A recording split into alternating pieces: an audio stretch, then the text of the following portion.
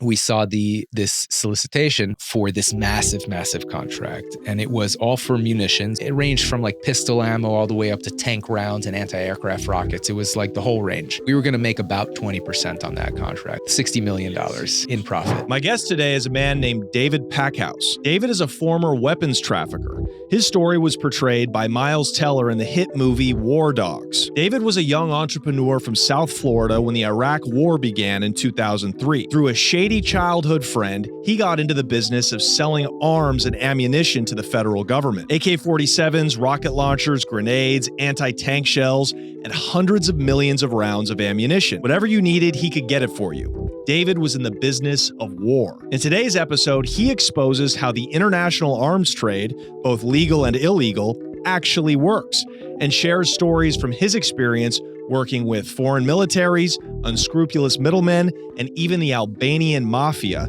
and how that all led to a gigantic FBI bust. And make sure to stick around for the Patreon episode where David talks about what he's doing today. He's the founder of War Dogs Academy, where he teaches people how to become government contractors and sell weapons and a whole lot of other products to the federal government. This is great business to get into today, so if you're a young entrepreneur, this is a wonderful resource. All right, no more talk. Let's get into it. You're going to love it. I give you David Packouz right here on The Connect with Johnny Mitchell. So the secretary calls me up and she's like, hey, I just want you to know the feds just raided the office. And they're boxing up all the documents. And they told us to step away from our computers immediately. And they kicked us all out of the office. And we're not allowed to come back into the office. And I'm like, oh crap, the jig is up. We knew we were screwed. That's when I see the lights behind me start to flash. And I didn't even think, I just hit it. I was driving like my life depended on it. Then I parked the car, hopped out, closed the door, and I started running. And he pulls out a burner, a shank, it's like 6 inches. And then he passes it to me. And he goes, here, that's yours. Don't ever leave the cell block without this. He was the reason I made it out of that place alive. So you grew up in Miami. What character are you? Are you in the movie? Are you Miles Teller? I'm Miles Teller. Okay, gotcha. Miles Teller, yeah. Gotcha. You're the hero. Yes, exactly. The better of the two guys. Yes, exactly. Now, I'm the good guy. Is that movie true to life? Is that pretty accurate? I would say it's mostly true. It's like 70% true. There's significant chunks of it that were Hollywoodized, or but the overall arc of the story is true. And you guys going over to Ukraine, I think. You mean Baghdad? Yes, yes. Triangle of Death scene. No, that part is true, but with a big caveat, that didn't happen to us. It actually happened to the screenwriter of the film, Stephen Chin. So Stephen Chin got the contract to write the War Dogs screenplay because he had written another screenplay that was very well regarded in Hollywood circles that had never become a movie, as most screenplays never do, called Iraq. And it was about another two contractors, American contractors who were on the ground in Iraq. And I think it was in 2004 or so, he wanted to go meet these guys so he could write this screenplay. And of course, there were no commercial flights into Iraq. So he flew into Jordan and hired a Jordanian driver to drive him to Iraq, to Baghdad. And his driver didn't want to pay for gas, so he stopped in Fallujah because no one was guarding the gas stations, and they got shot at by insurgents and got saved by the U.S. Army, like in the movie. Okay, so but in the movie, that's you guys. Yeah, in the movie, that's us. But so when Stephen Chin was writing the screenplay, Todd Phillips, the director, told him, he's like, these guys are just like in the office in front of a computer all day. We need more action in this movie. Why don't you put your story in there? And so there was a Beretta deal, which is what that whole thing was about. But in real life, the Beretta deal, we didn't deliver it. We defaulted on that contract. How did the writer discover your story? So the way the movie happened was, our entire business collapsed because the New York Times wrote this front page investigative article about us that was very unflattering and misleading. They said that a lot of stuff we were delivering was low quality, which wasn't true, and that created a big political firestorm. And so that got the attention of Rolling Stone, who wanted to write like a deep investigative piece on us. And so that took so I cooperated with Rolling Stone to write that article, which took them like 3 years to write because my lawyer wouldn't let them publish until all our legal jeopardy was over. And when they finally came out with that article in 2011, that got the attention of Todd Phillips, the director of the Hangover movies and later Joker. Yeah. And so legendary director. Yeah. And so he thought the story was amazing. And so he optioned the rights, and that's how it's that a happened. really fun movie. Yeah. Like it's a solid, like good watch. Yeah. Who you're Jonah Hill, plays your partner. I'm Jonah Hill plays my partner. I'm Miles Teller. You're Miles Teller. Yeah. Jonah Hill. Or Miles Teller is me, I should say. Correct. That's right. That's right. Yeah. He's no you. Miles Teller's no David I have way better Packouz. hair. Come on. Absolutely. Who is your partner in real life playing the Jonah Hill's playing? Efron Diveroli is his name. All right. So take us through how all of this transpired, if you would, please. How did you meet Efron? Efraim, and what's your background? How did you ever think you were going to be this like infamous weapons contractor? Never in a million years. Crazy. Yeah, never. I mean, I never even owned a gun until actually after I got out of the arms business, ironically, and I was about to sue Efraim for screwing me out of like $5 million, and I thought he was going to like hire someone to kill me because it would be cheaper. And so then I bought a gun. That was the first gun I bought. Does he have that in him? Is he a crook like that? I don't think he is a crook. Absolutely. I mean, he screws over everyone he comes into contact with, but he's more of a thief than like a violent criminal. He's not a gangster. Yeah, he's not a gangster. Okay. Yeah. But he's a shyster. He's very much a shyster. He literally, like, he's never done a business deal where the other person has come away feeling happy. Like, and he does that specifically. Like he's told me, he's like, if the other guy's happy, there's still money on the table. Wow. That's how he views business. He operates like a stereotypical Hollywood executive. Like a shark. He's like, definitely not making Israeli people look good. Definitely not. He's not Israeli, but he is Jewish. There we go. I just didn't want to say it, YouTube. Now, did you get to Ana de Armas? I wish. No, Damn. She's beautiful, but no. I mean, did meet her. She's just as beautiful in real life. God damn. Yeah. But so you didn't have a girlfriend. What was did you have that whole like structure like you did in the movie? Yeah. I mean, I was married. I got married a little bit later, but I did have a girlfriend and I did have a baby at that time. Yeah. So that part is true. The baby's still around? She's 17 now. Amazing. Yeah. Good. That'd be really weird to start off the interview with, no, my baby died. Yeah. That would be very Take bad. two. Very sad. Yeah. Okay. So what is your background? You grew up in Miami Beach. Yeah. Well, I was born in St. Louis, and my family is, they're Orthodox Jews. So very religious. My dad was a rabbi. So extra religious. Yeah. And I'm one of 9 children. I'm third from the oldest.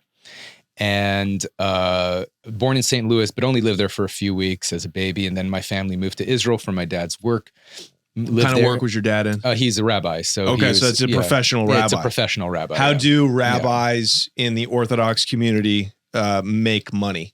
So traditionally, rabbis make money as like the head of a synagogue, and the congregation supports them. My dad was a little bit different because he worked for a Jewish educational organization.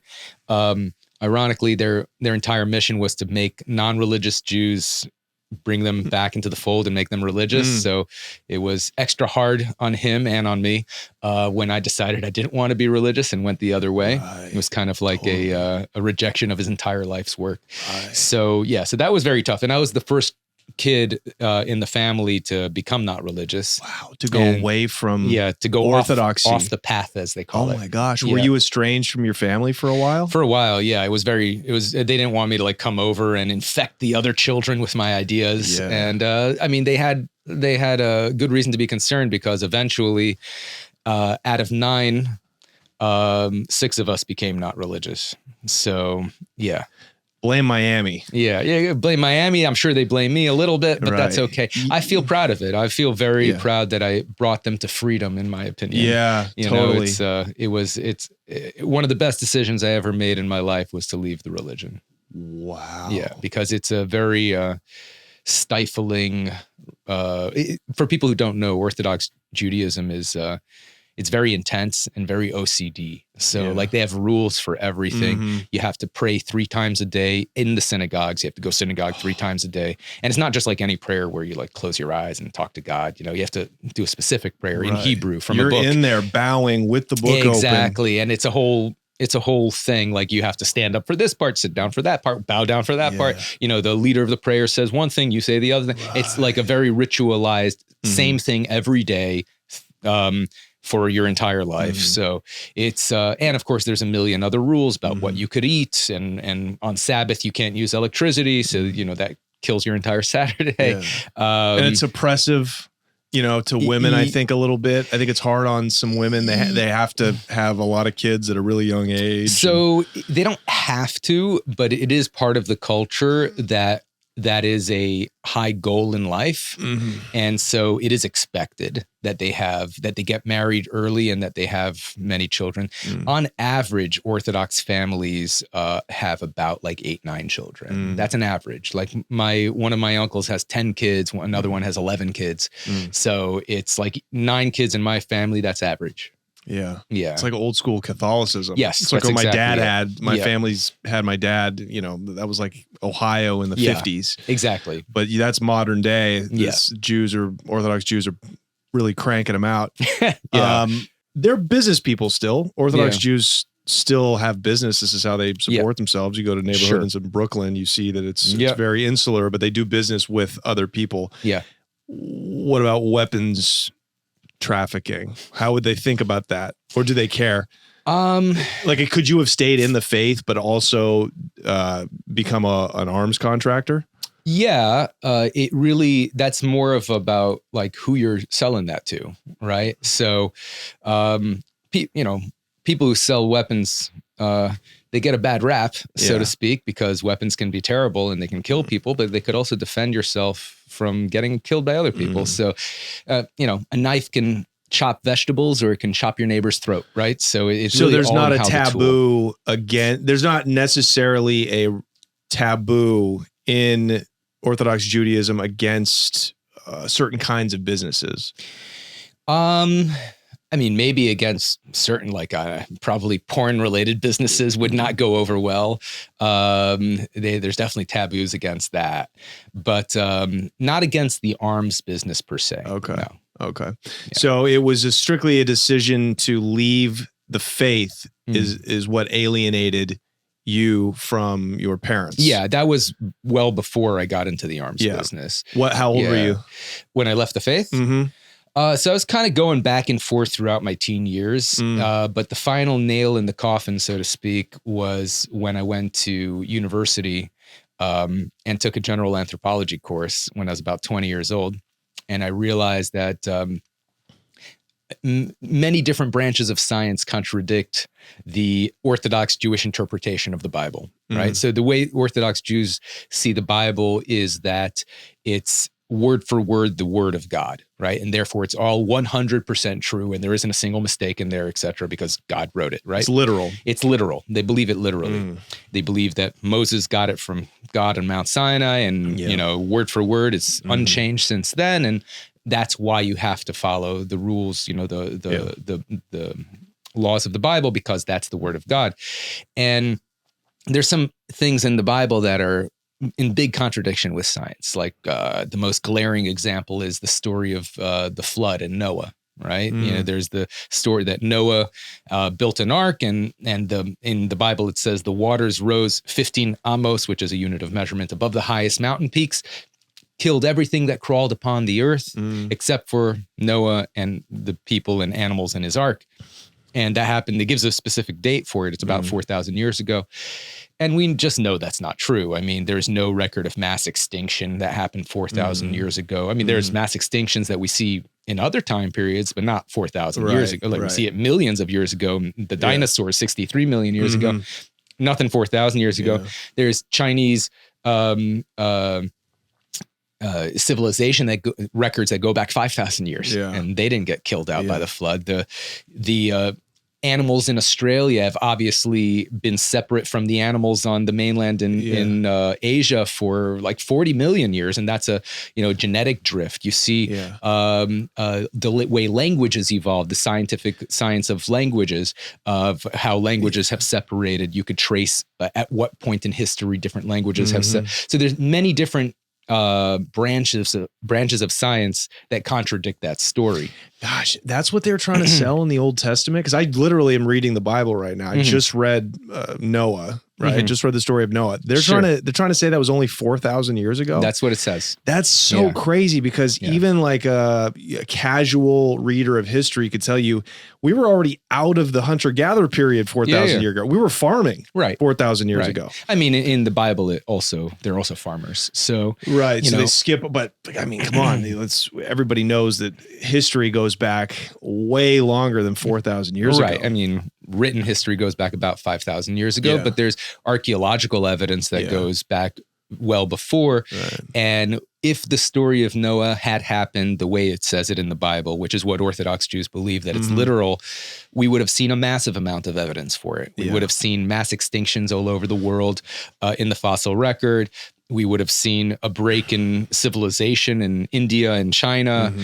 We would have seen a break in the language evolution all over the world, in the genetic diversity. It just didn't happen. All of science has to be wrong for that story to be true, literally. Hey, everybody, summertime is here and it's getting super hot out. And what I hate most about the summertime heat is that it's impossible to look good and wear the right clothing while also staying cool. You know what I'm talking about, especially for men. We all wear t-shirts during the summer and we look like little boys. They're baggy and loose fitting and they're super heavy cotton. So you're sweating your ass off up top, and then below wearing jeans, right? You get that swamp ass. I hate it because the sweat makes my legs stick to the jeans and it's just disgusting. So thank God for Cuts. Cuts is our new sponsor. I'm wearing them right now. They sent me a t-shirt and a pair of pants. And I got to say, this is the perfect way to stay cool while also look good and dress well. The shirt, as you can see, is super well fitting. It forms to my body, right? Not too loose, not too baggy. It's perfect for drinks at the beach with friends or a nice dinner. I can wear this out in polite company, and it's super breathable. It feels like it moves with you, if that makes sense. And then the pants look cool, look stylish, and they're stretchy. They're breathable. You can wear these to work, on a date, at the golf course, whether it's Monday at the office or Saturday with the boys or girls. Cuts has you covered. Embrace the summer state of mind with Cuts. For a limited time, our listeners get 20% off your entire order when you use code CONNECT at checkout. That's 20% off your order at cutsclothing.com with promo code CONNECT. Please support our show and tell them that we sent you. Experience the perfect blend of style and comfort with Cuts clothing. All right, let's get back into it. So are you religious at all now? I'm a proud atheist. Wow. Yeah. Gosh, you really made a 180. Yeah. Well, I was kind of forced into it because when you grow up with such an extreme version of religion put upon you, and that version has very, very high expectations of the way you're going to lead your life, and it's an unpleasant series of expectations, and you kind of have to fight against it. And so when I wanted to leave the religion, my family didn't just let me go quietly. They were constantly arguing with me. No, you're wrong. This is true. And, that's wrong. And this is true. And so I'd have to have these very intense debates with my dad, with the other leaders of the Jewish community. And so I had to have a series of debates with people, with much older people than me, and over the course of years. And so I was pretty much forced into thinking very deeply about this subject. And when you really look at it, the best way of knowing the truth about the universe that we currently know of is through the scientific method. That's why it exists, right? That's how we've discovered radio waves and flight and all the amazing things that we have today, is because science has figured out how the universe works and we take advantage of that, right? And so if you're going to tell me that there's something about reality, right? Something is real, and then it needs to stand up to scientific scrutiny, because if it's not, then I could say anything. I mean, I could tell you, people always say, oh, how could you be an atheist? You know, you don't know that God doesn't exist, right? You could never know. So you can only be an agnostic, right? And I'm like, well, do you believe that Santa Claus exists? And you don't know he doesn't exist, right? Maybe he exists, right? Maybe he's in the north. But no, you're an atheist as far as Santa Claus goes. You're an atheist as far as Thor goes. You're an atheist as far as, all the ancient Greek and Norse gods. You're an atheist as far as every god out there except for one. I just go one god farther. Oh, your parents must have been just heartbroken. Oh, they I'm completely actually were. feeling for them right now. I'm imagining being your father, hearing this on the Sabbath. I mean, I would rather have had you bring home a Cuban stripper than these blasphemous ideas. Yeah, well, that was a problem too. Yeah, sure. But come on, baby, it's Miami. You don't want your kids to go become godless materialists. Don't raise them in Miami Beach. Yeah, I mean, ironically, I mean, there's a pretty large Jewish community in Miami. Oh, I know that, yeah. And there's a pretty large Orthodox Jewish community in Miami Beach, and it's been there for a long time, right? It's been there for a very long time. And they're very insular, right? So, I mean, my school, in my Orthodox Jewish school that I went to, it was an all boys school. I didn't talk to a girl who wasn't related to me until I was like 17. And so it was an enormous culture shock when I left the fold. But my school was on the edge of South Beach. So I'd be, in my white button-down shirt, my black hat, as they dress, and then there's like people partying in South Beach, like 1-2 blocks away in the clubs. And did you want that? Did you feel a longing for the outside world? Absolutely. Wow. And so you really, when you finally got out of it, it's like, wow, time to like really drink up the world. Absolutely. Really make the most of it. Absolutely. And I believe you got into this hustle just out of college or still in college? Well, I was in college at the time. I was 23 when I first started. So after high school, I went to Israel for 2 years because my parents wanted me to become more religious. Yeah. They were worried about my eternal soul. And so they wanted to, get a nice, good bit of brainwashing in, as my mother said. And I told her, oh, you just want to brainwash me. And she's like, sometimes a brain needs a good wash. That's what she told me. What a sweetheart. Yeah. Now, do they brainwash you? But quickly, before we get into the story, what kind of propaganda are young Jewish children from all over the world who go to Israel? What kind of propaganda are they subjected to on the religious side and on the political Zionist side? Oh, both. I mean, yeah. Could you elaborate? Sure. Well, I mean, on the religious side, they want you to believe that the Bible is 100% true, right? Word for word. That we are the chosen people by God. We are the only ones who have the truth. All the other 10,000 religions in the world are all wrong and they're all fake and they all believe in false gods. We have the only truth and therefore we're special, right? And because we're special, God gave us the land of Israel and therefore everything else is subordinate to that. Including peoples? Like say maybe the Palestinians? Just... no, absolutely. Absolutely. Because God gave the land to us and therefore it's ours and not theirs. And so, and I mean, look, the Palestinians believe the same thing in the other way. I mean, they believe that we stole it from them and therefore it's theirs and not ours. I mean, depends how far back in history you want to go. Right. I mean, the Romans kicked the Jews out of the land of Israel in like 70 AD. Right. So, like who owns the land is a very heavily debated up for debate heavily debated issue. And I try not to get into the politics of it because it's a very, very sensitive subject. And I have friends and family across the entire political spectrum. Right. Sure. Yeah, that's all fair. Man, if God wanted Jewish people to be religious, he shouldn't have made them so smart. Like that's the ironic thing, I'm going to tell my parents that. Yeah. So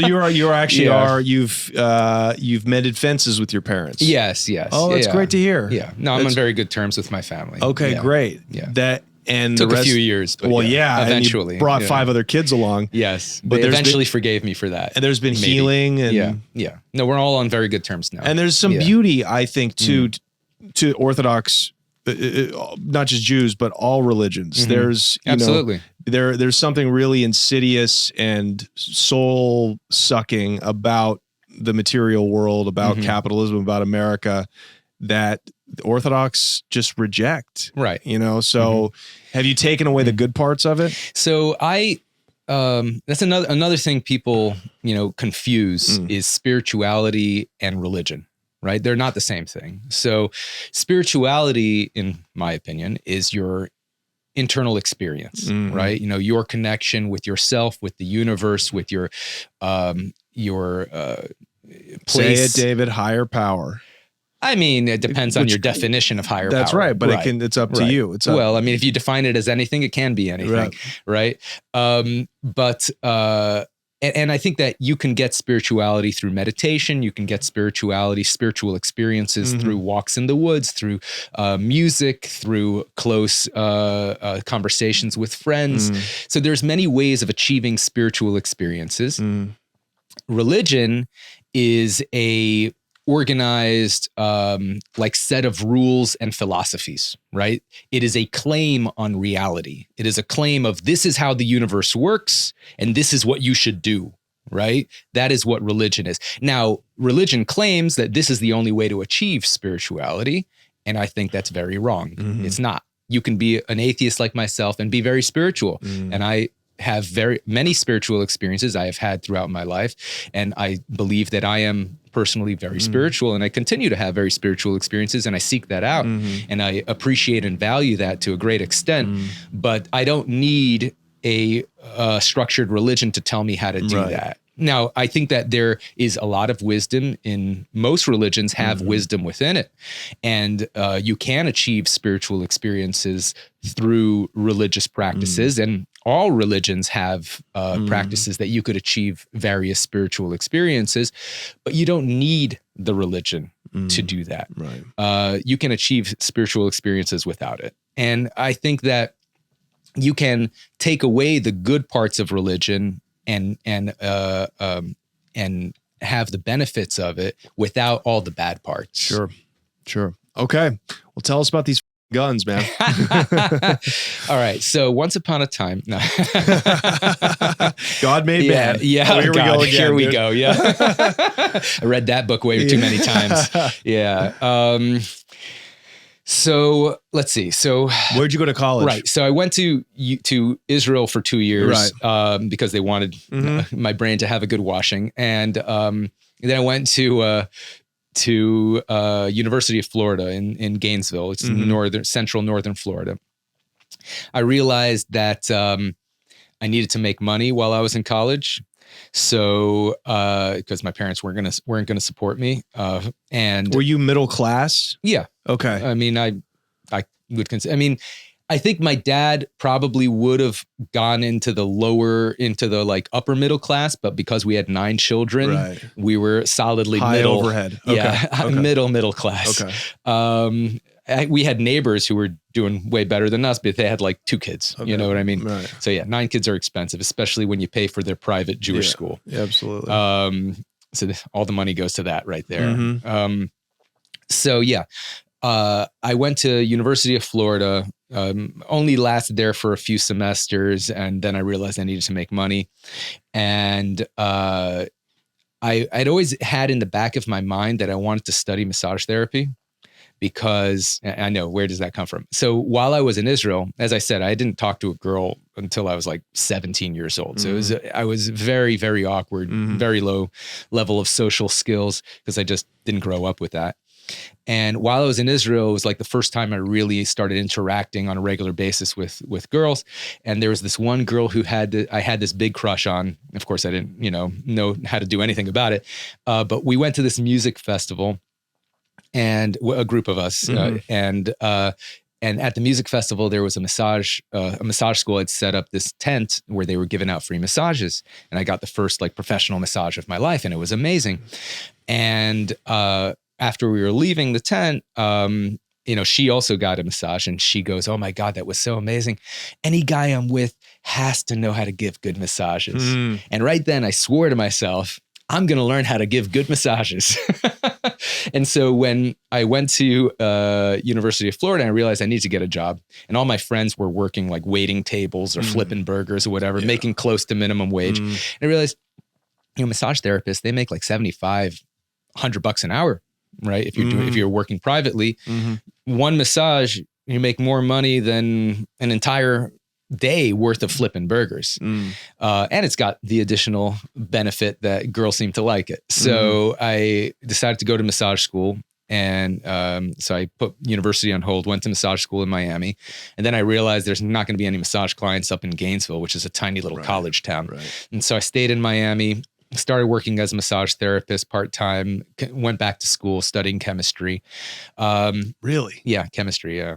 Yeah, because I always was decent at math and science. I've always been into science fiction. That was actually the initial catalyst of what made me start to doubt the religion was I was reading a lot of science fiction when I was like 13, 14, and a lot of sci-fi is written by scientists who are pretty skeptical of religion. So what connection were you going to make with chemistry and massage therapy? Oh, none. I mean, it was the massage therapy was just a way to support myself while I was in college, and chemistry was my long-term. Everyone said, get a scientific degree because you're going to have a lot better solid job prospects. And I was like, well, I have the skills and the mind to do it. So it sounded like a good backup plan, not really a backup plan, but a good plan going forward. I mean, my ultimate dream really was to become a rock star.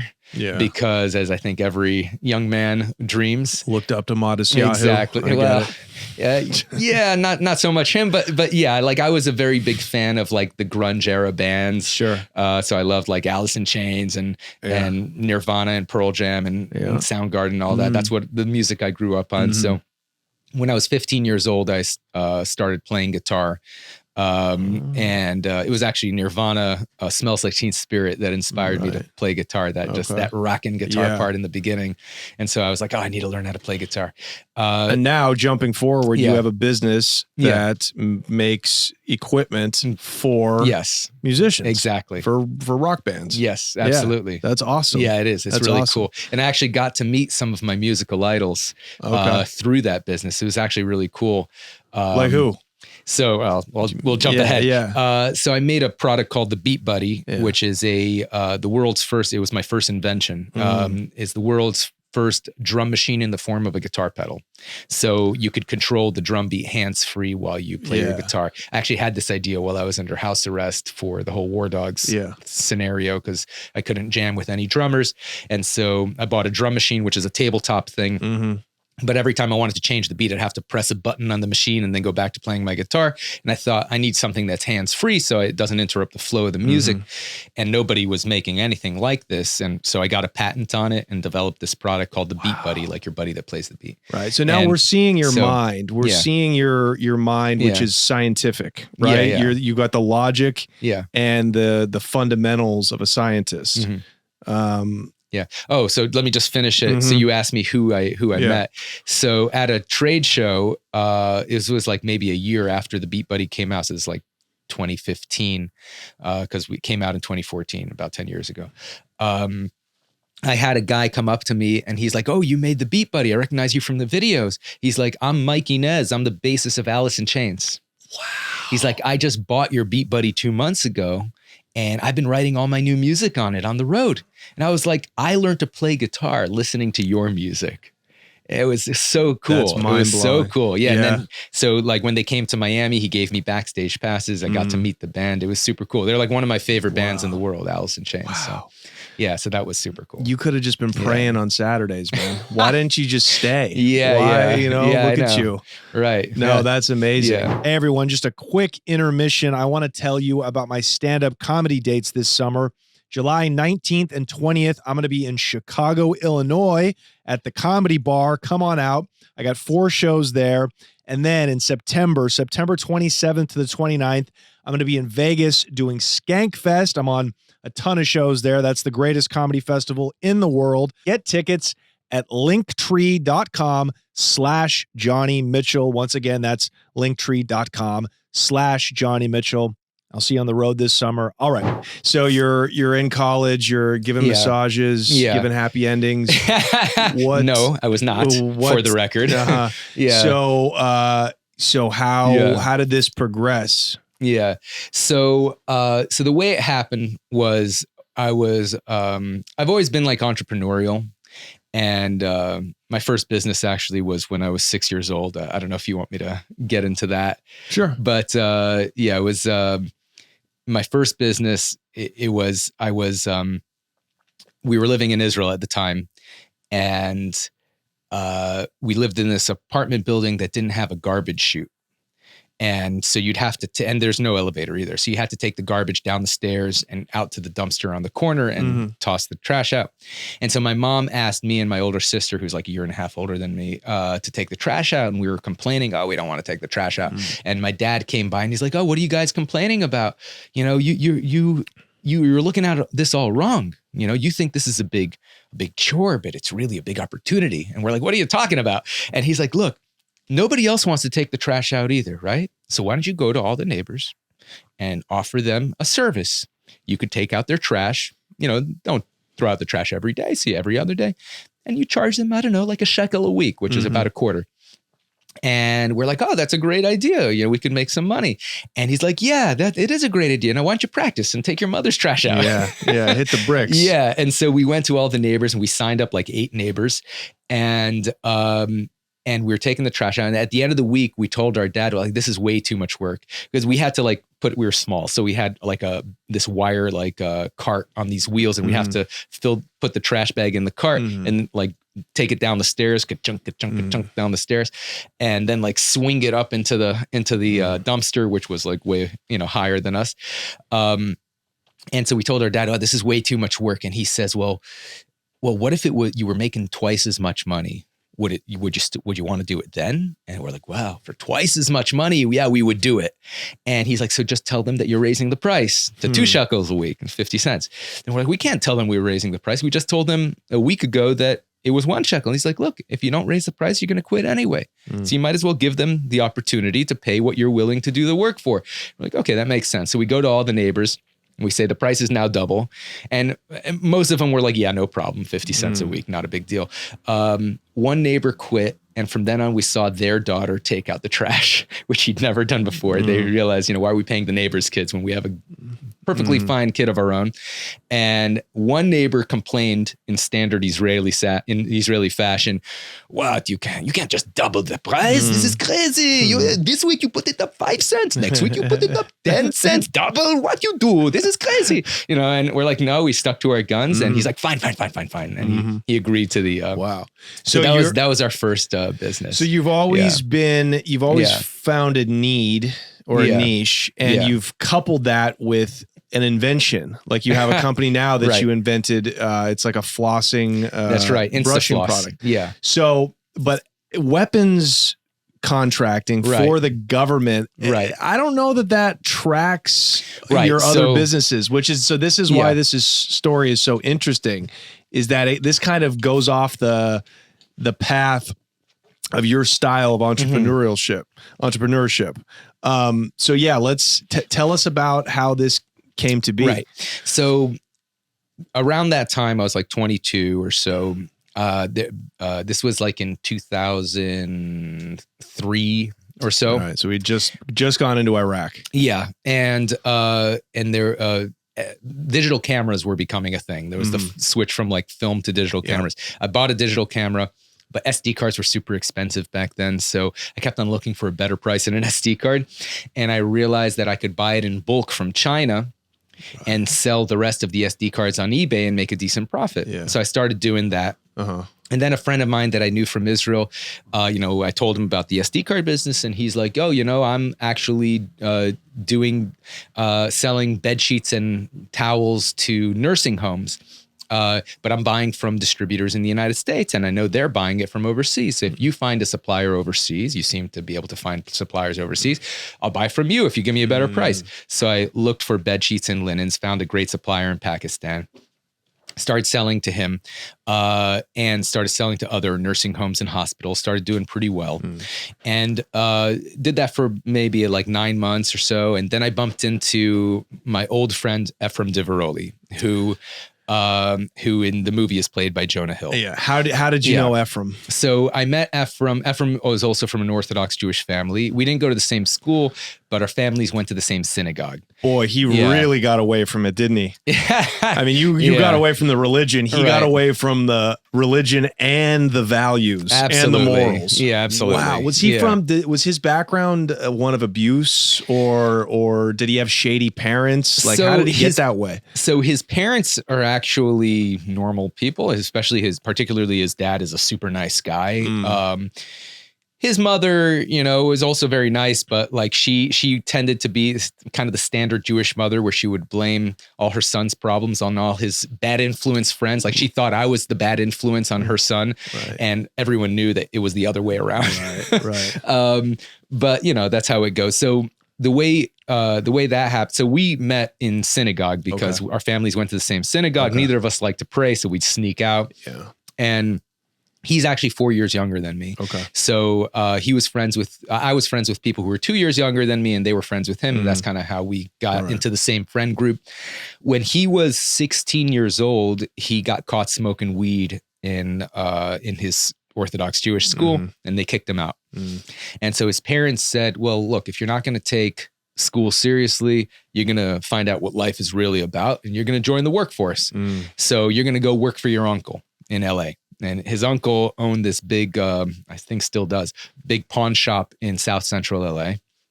He started putting him to work in the warehouse, moving boxes, whatever. Then he realized he was pretty good at talking. So he put him to work doing sales in the pawn shop. And he's 16 years old, and he got obsessed with the guns in the pawn shop. The pawn shop sells guns. Right, of course. So especially in South Central. Exactly. So he starts getting obsessed with the guns. And like teenage boys, they get obsessed with guns, guitars, cars, or sports, titties, right? Well, everyone's obsessed with titties, right? You get obsessed with those things because you think that it's going to lead to girls, right? Because you think it's cool. So he was a gun guy. I was a guitar guy. I was like, obsessed with music. Yeah. So he starts selling like the guns and the various accessories related to it.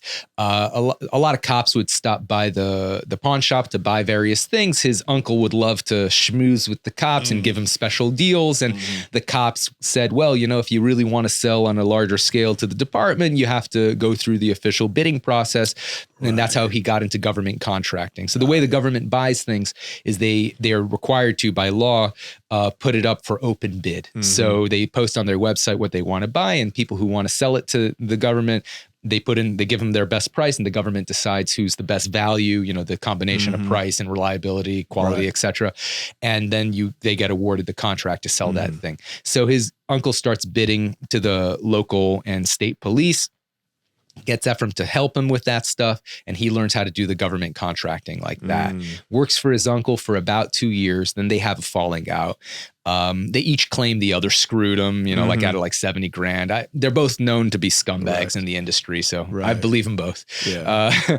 And Efraim comes back to Miami, and he decides to start his own company. He was actually he was not 18 yet, so he was like 17 years old when he gets back to Miami.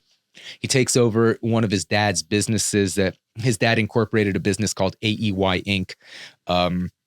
In the movie, Jonah Hill is like, it doesn't stand for anything in this particular scene. It actually stands for the initials of his dad's three sons. The E in AEY is Efraim. So it's Avrami, Efraim, Yeshaya. That's what AEY stands for. And so he takes over his dad's company that he wasn't using. His dad had incorporated it to do some label printing, but it was lying dormant for a few years. He registers that company with the federal government, starts bidding on contracts. And this is right after the invasion of Iraq. So there's a massive amount of contracts because Bush administration got into a whole scandal by giving these no-bid contracts to Halliburton, which was the vice president's Dick Cheney, Lynn Cheney's wife, was sat on the board of Halliburton. And Dick Cheney was the CEO of Halliburton before he became vice president. And so it was a massive scandal. It was obvious corruption. And so to kind of push back against that, they put more money to the small business program. And so he really started taking advantage of this and started winning all these multi-million-dollar contracts to supply stuff, particularly military stuff to Iraq. What kind of military stuff besides guns? So like ammo, bulletproof vests, various accessories like magazines and rifle scopes. And where is most of that stuff made? So it depends on what it was. The accessories mostly the United States, but the Iraqis and the Afghanis, they're trained on Warsaw Pact weapons. So there's two major different types of weapons classifications in the world. There's the Warsaw Pact, which is the former Soviet Union, and there's NATO, which is the West. So NATO uses the M16, which uses the 5.56 round, and that's the newer gun. Well, I don't know if it's newer, but it's a different type of gun. I think the M16 is newer than the AK-47. Yeah, because NATO comes after the Soviets fell. And I think the AK-47, I don't remember when that came out, but yeah, I think the M16, the M16 is a newer gun. But they're different. Like the ammo in one isn't going to work in the other. So the Iraqi army, which the United States was trying to build, they're trying to build a functional country there after we took out Saddam Hussein. They're trained in all the Warsaw Pact stuff, as well as the Afghani army. So, but the Warsaw Pact stuff isn't really manufactured much in the United States. So that stuff has to be bought from former Soviet republics like Eastern Europe. So that must cost more. No, it's actually way cheaper. Why is that? Way cheaper because they have a lot of it lying around, rusting, and they're happy to get rid of it for any price that you're willing to pay. Which the U.S. Army, the U.S. government was thrilled about because they want to spend as little money as possible. Is that true though? Because all we hear about is how wasteful and bloated the military budget is and the federal government is, which has got to be true. So it's true and false at the same time, right? It's true in the sense that the government isn't, the people who are running the procurement process, they're not spending their own money, right? So it's not like the less they spend, the more money they keep in their pocket. So they don't have that motivation, right? Like a private business would. On the other hand, specifically because of that, there's a lot of rules in place to prevent corruption. So the requirement that things have to be put out for open bid for competition, with the exception of Halliburton, right? So there's rules like that. There's rules that the government can't tell bidders what the other people are bidding at, because that would encourage them to raise their prices if they knew there's more room there and they can make more money. So there's various rules put in place to prevent corruption. Now, obviously, it doesn't always work the way that it's intended to, but it's not like a country like Russia, for example, where it's blatant. And as long as you're giving the higher ups their kickback, you could, you can siphon off as much as you can. Totally. So it's a lot less corrupt than other countries. Okay, cool. So a lot of people may not know that because we associate the American military with rampant corruption and lobbyists and kickbacks and the federal government. Look, there are different forms of corruption in the political system.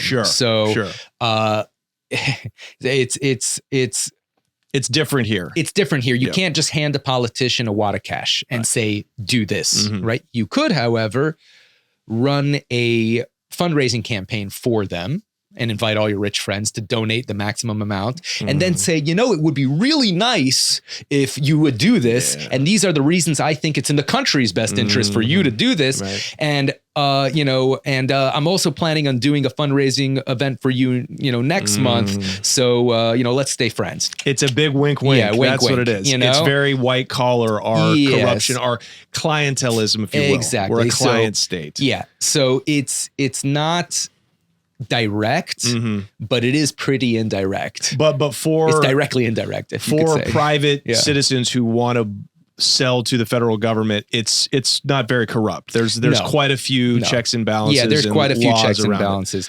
Yeah. Okay. So how did Efraim start sourcing all of these contracts? Or is it listed on the internet by now? Oh yeah. Around this time? Well, so the contracts, so whenever the government wants to buy something, they have to list it on their website, right? And now they changed the website. Nowadays it's sam.gov, sam.gov. And you can go on sam.gov and type in whatever it is you want, ammunition or whatever. Yeah. And you'll see all the things that the government wants to buy and all the requirements that they have for you to sell these things to them. And once you are registered with the government, you could bid on these contracts. So it's all listed there. They do have different requirements for different size contracts. So these days, anything under $250,000, you could win as a brand new company. Anything more than that, you'll have to prove that you've done this kind of business before. They call it past performance. So, as a beginner, you'd want to win a few small ones, and then you can go for the big ones. Yeah. My friend runs a pretty profitable company. A good friend of mine sells food and food accessories to federal prisons. Yeah, there you That's go. exactly how he did it. He just like you went online and just looked at the list on the website. It was That's exactly how you do it. Simple. Yeah. So how did you come into business with Efraim? Right. So after about a year of him working on his own, we bumped into each other at a mutual friend's house. We went there to smoke weed, and he asked me, as people do, what are you doing these days? And I told him about my bed sheet business, about the SD card business. And he says to me, a lot of the stuff you're doing, a lot of the skills that you have, in your businesses, they could be applied to the business I'm in, finding suppliers overseas, arranging logistics, figuring out the financing, et cetera, et cetera. But I bet I'm making way more money than you. So you should come work with me because I could use a smart guy like you. You could help me expand my business. And I said, well, how much money have you made? And he says to me, he's like, you know what? I'm going to tell you, but not because I'm bragging. I'm not bragging. I'm just going to tell you to inspire you. Okay. And he opens up his computer and he logs into his computer and he shows me his bank account and he has $1.8 million in the bank. And he was 18 years old at the time. He'd been working for 1 year. And I thought, wow, he made almost $2 million in 1 year. And that's not even guns. That's just accessories for guns. war. He did a combination of things. Okay. He did a combination of things. He was some ammo, some guns, some accessories. He was doing a lot of a wide variety of things. And so I was like, wow, this guy, I was making decent money. I was, more than comfortable, but I wasn't making millions.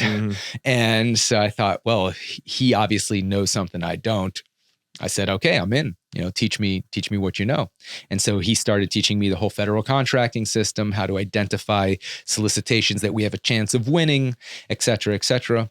And at first, the idea was that I would just expand his business, go into a field that he wasn't in. So he would do the guns and I was going to focus on fuel.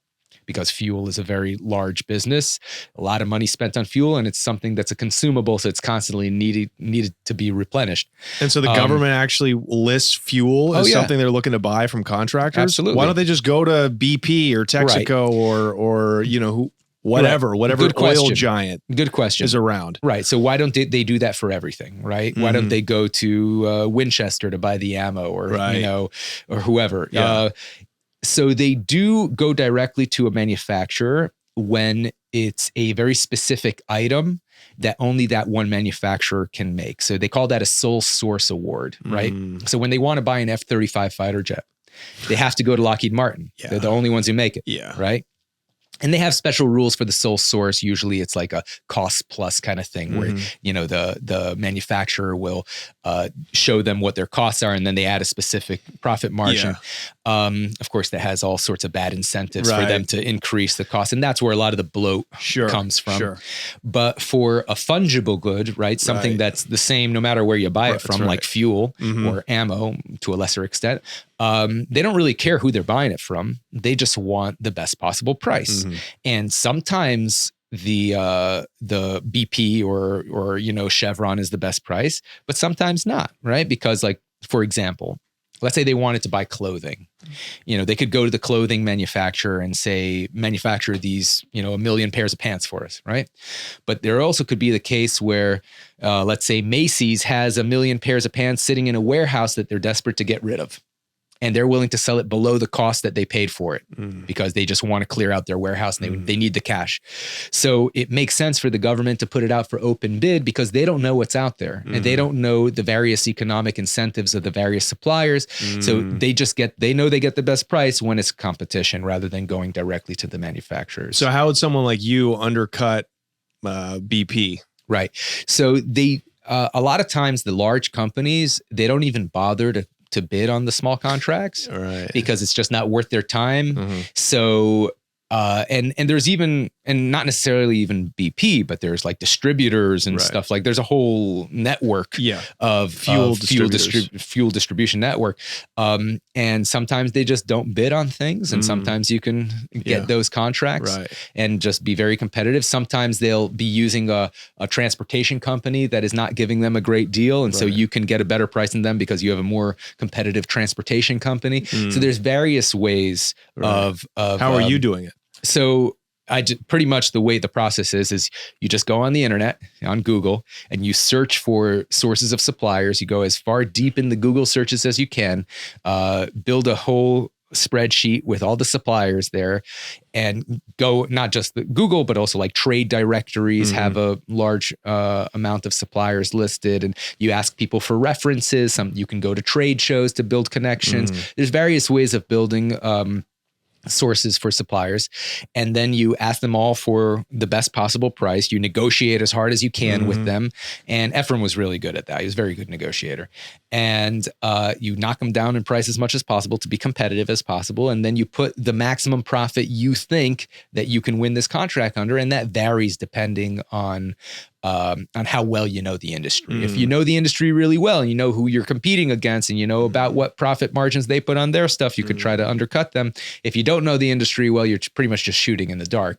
So that's why, with War Dogs Academy, where I'm teaching people how to do this, I always recommend that people focus on a niche. Right? Because the more you know a particular niche, the more competitive you can be. And also, the less work it is to bid on new contracts within that niche, because you already found most of the suppliers. And there may be other suppliers out there, but you already did all that research in the previous contract. So once you know your niche, you can kind of guesstimate where you need to be on price. So then how long did you stick with selling fuel before you just went strictly to weapons? Right. So the first contract I won was for 40,000 gallons of propane.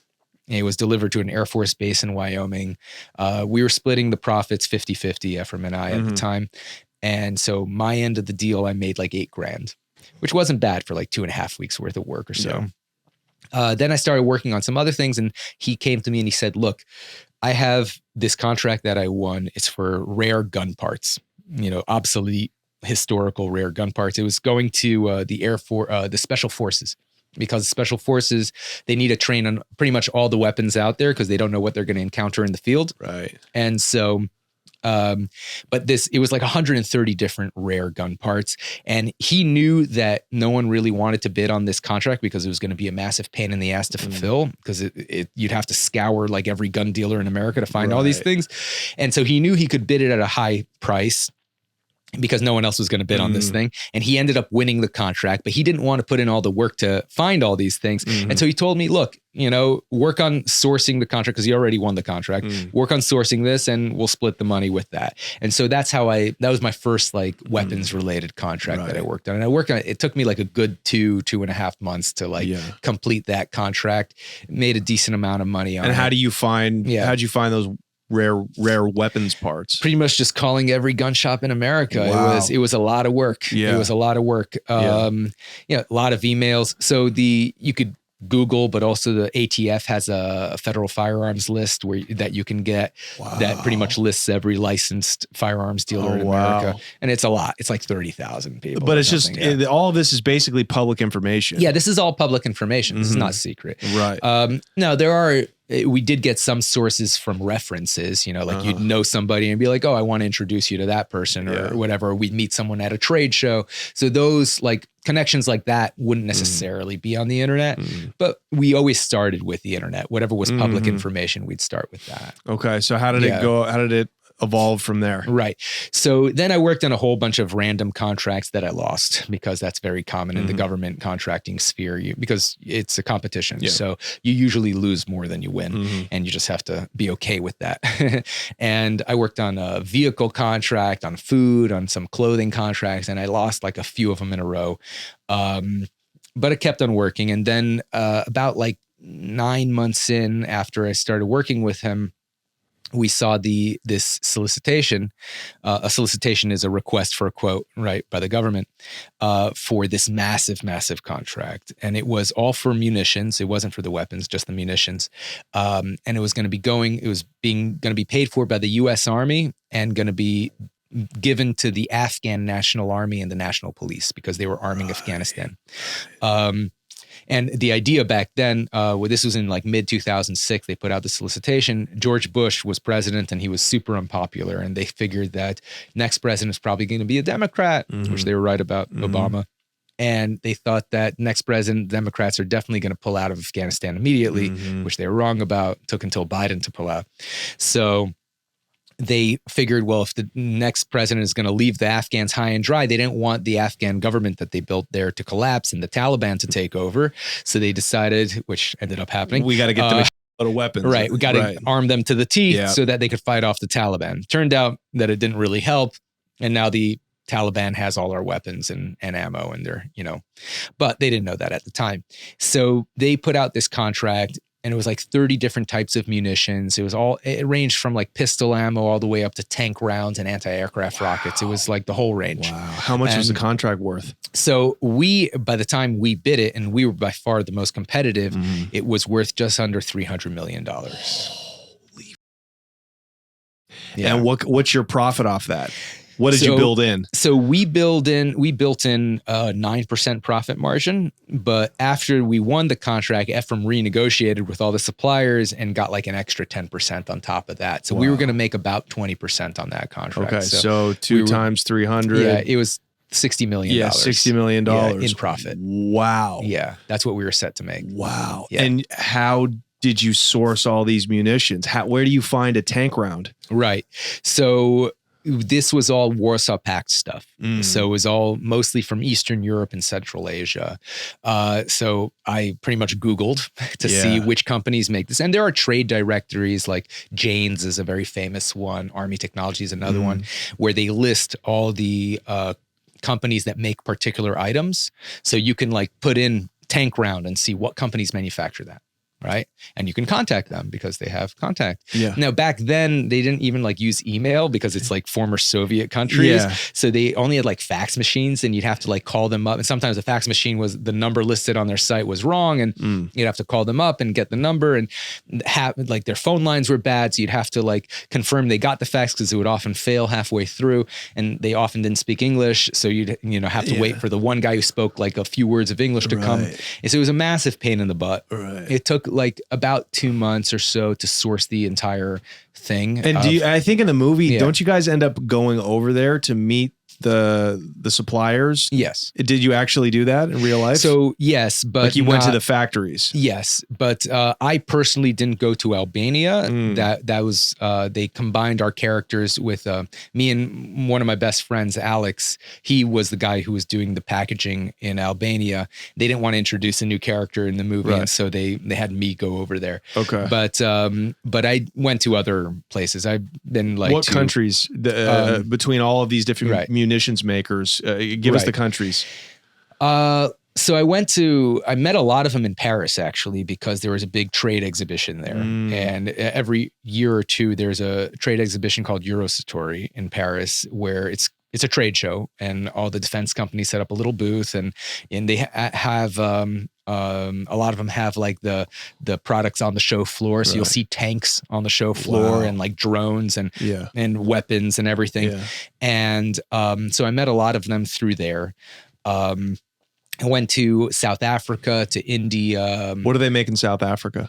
So they have mainly I went there. Well, they were making one particular sniper rifle that we were interested in.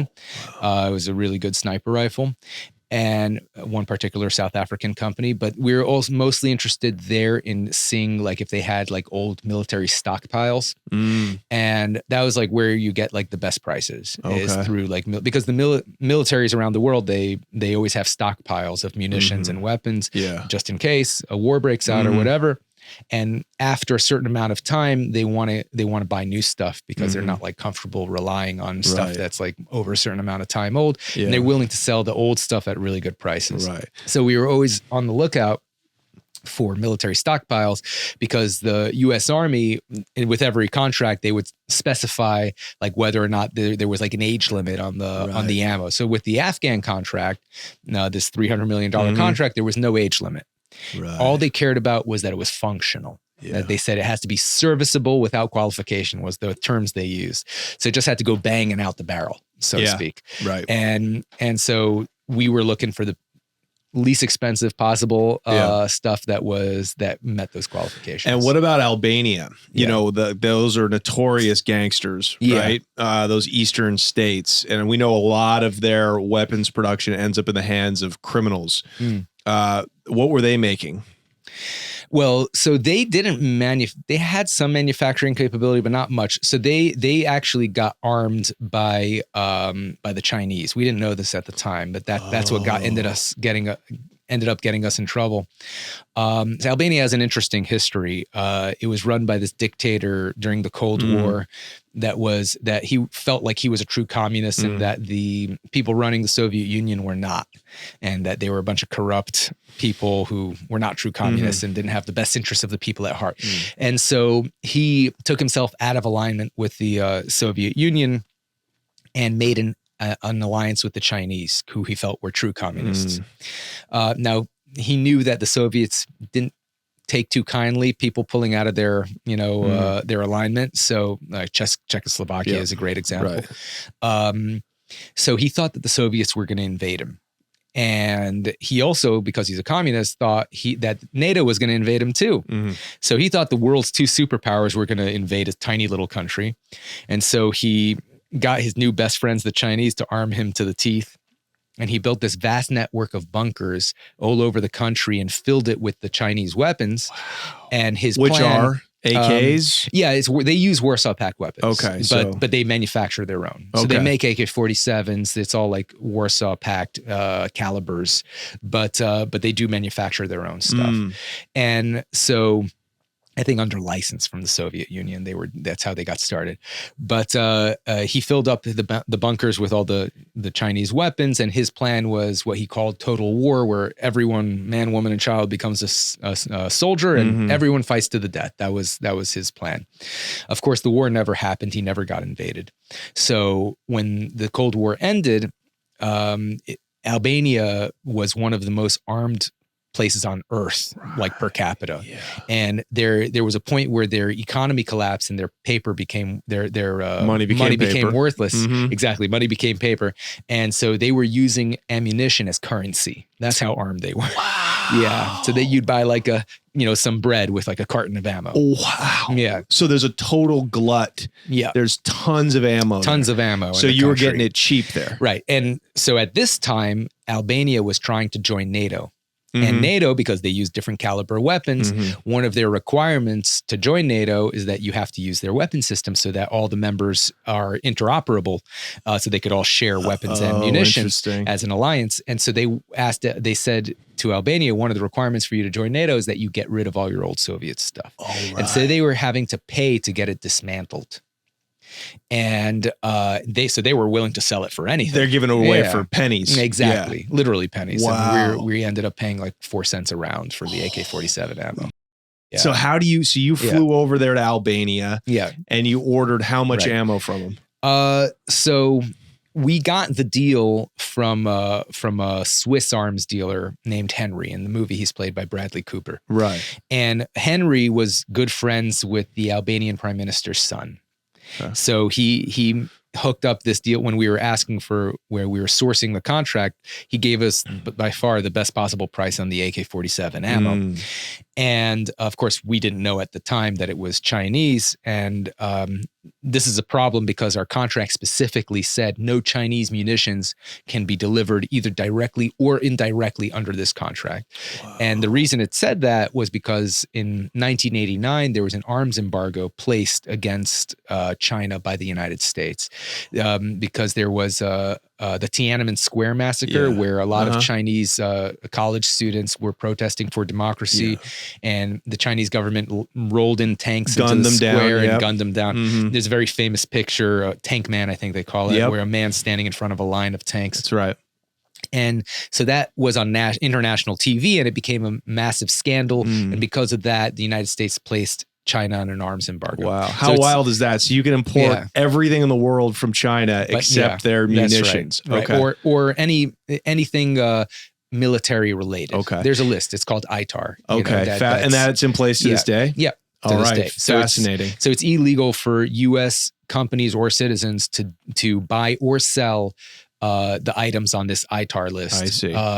With the Chinese. Let me ask you something.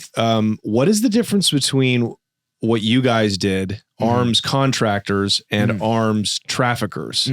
Bradley Cooper's character, Henry, was an arms dealer. Right. But you didn't consider yourself arms dealers. So can you explain the difference and what arms dealers do? I'm fascinated by this. Right. So there's the legal arms trade and there's the illegal arms trade. The legal arms trade is between countries and various companies, and so there's the internationally recognized political system, right? The UN, etc. And the way it works is if you want to sell any weapons or anyone to any particular person or organization, you have to get what they call an end user certificate, right? From the end user, from the buyer. And that end user certificate is a document saying who this is going to be going to. And it's a guarantee, it's a promise that this is not going to be transferred to anyone else without the original person's, without the seller's permission.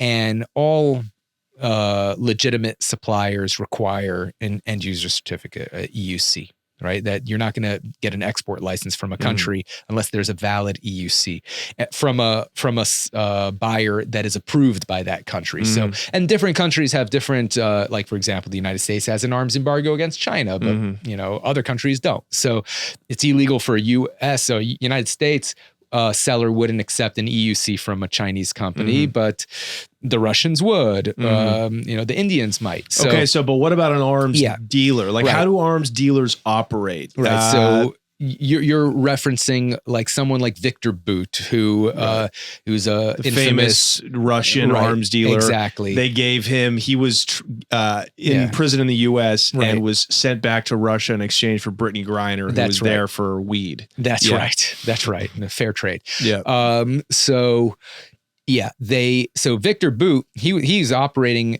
with the consent of the Russian government. Right. So I'm sure he's given kickbacks to Putin's people. I mean, you don't operate in Russia otherwise. However, what was he doing? He was selling to organizations that were widely considered, that were designated as terrorist groups.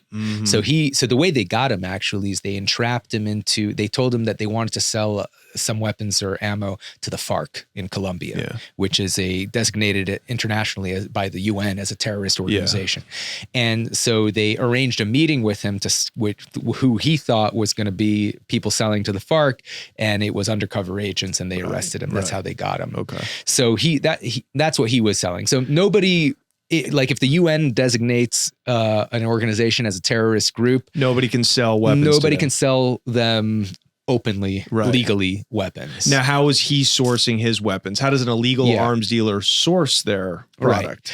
I mean, Russia is this, before the Ukraine war, was the second biggest arms dealer in the world after the United States. Right. So I'm sure he was getting it from Russia. And because he's operating with the Russian government's consent, so it's not a problem for him to source it. Now, it may be a problem for shipping companies, right? Because an international shipping company is going to want to transfer illegal goods, and you can't stop in any third country ports to refuel or anything like that, because they're not going to allow that kind of stuff. Right. So he would have to arrange his own logistics. And so he had and probably still does, operate like a fleet of aircraft that he would route within countries that would not give him problems. I see. Okay. So it's a mix of basically dealing with the right regimes that don't care that you're selling to terrorist or underground organizations. Right. And one person's terrorist organization is another person's freedom fighter, That's right. as they say, right? Yeah. The FARC's a guerrilla group. The FARC's a guerrilla group. Okay. The great example is Iran, who supports Hezbollah and Hamas and various groups in Iraq and Syria. And as far as Iran is concerned, they're freedom fighters, but as far as the West is concerned, they're terrorist organizations, depending on who you're talking to. Now, legitimate arms dealers like Henry, Bradley Cooper's character, how do they operate? He was basically just middlemaning the deal between you and the Albanians. Yes. Explain your relationship and how you guys met and what he did for you. So we met Henry through Ralph. So Ralph was our investor. Efraim met Ralph through his dad. I don't know how his dad knew Ralph, but I think they might have done some business together at some point. Yeah. When Efraim won his first federal contract and he needed a financier, because the way the government works is they only pay you 30 days after you deliver. Yeah. Right. And most suppliers, particularly internationally, require payment before shipping. Right. So you need to float that. You need a big bank. Okay. Exactly. Just real quick on this massive contract, this $300 million contract, how much cash outlay investment was required on your end? So we had at the beginning of that contract, when we first won it, we had about $5 million in cash. Okay. Yeah, for the company, and we were able to finance it that way. And the way we did it was because we got what they call a factoring agreement with Wells Fargo, actually. What a factoring agreement is, when you delivery to the government, they give you a DD-250 form. It's a receiving document that they sign off that they received the products and everything's good. And then you usually, in most cases, you submit that to the contracting officer, the government employee who's responsible for managing the contract, and then you get paid, right? 30 days later. Now, we wanted to get paid faster because we didn't have enough money to keep making deliveries on time if we would wait 30 days for each payment. So we got a factoring agreement with Wells Fargo, which meant we would submit that receiving report to Wells Fargo. They would pay us immediately. They would submit it to the government, and the government would pay Wells Fargo. I see. And Wells Fargo obviously charged a little bit of interest. Right. But off a $300 million deal, $5 million was the investment? Yeah. That's insane. Yeah, because we would only have to pay one aircraft at a time.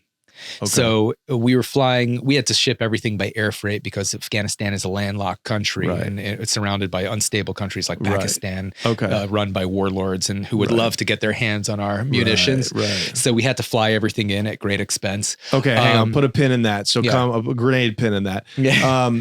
How did you met Henry through, you had an investor now, Ralph. He's putting money in just so you guys can buy more and get more contracts. So he's financing the contract.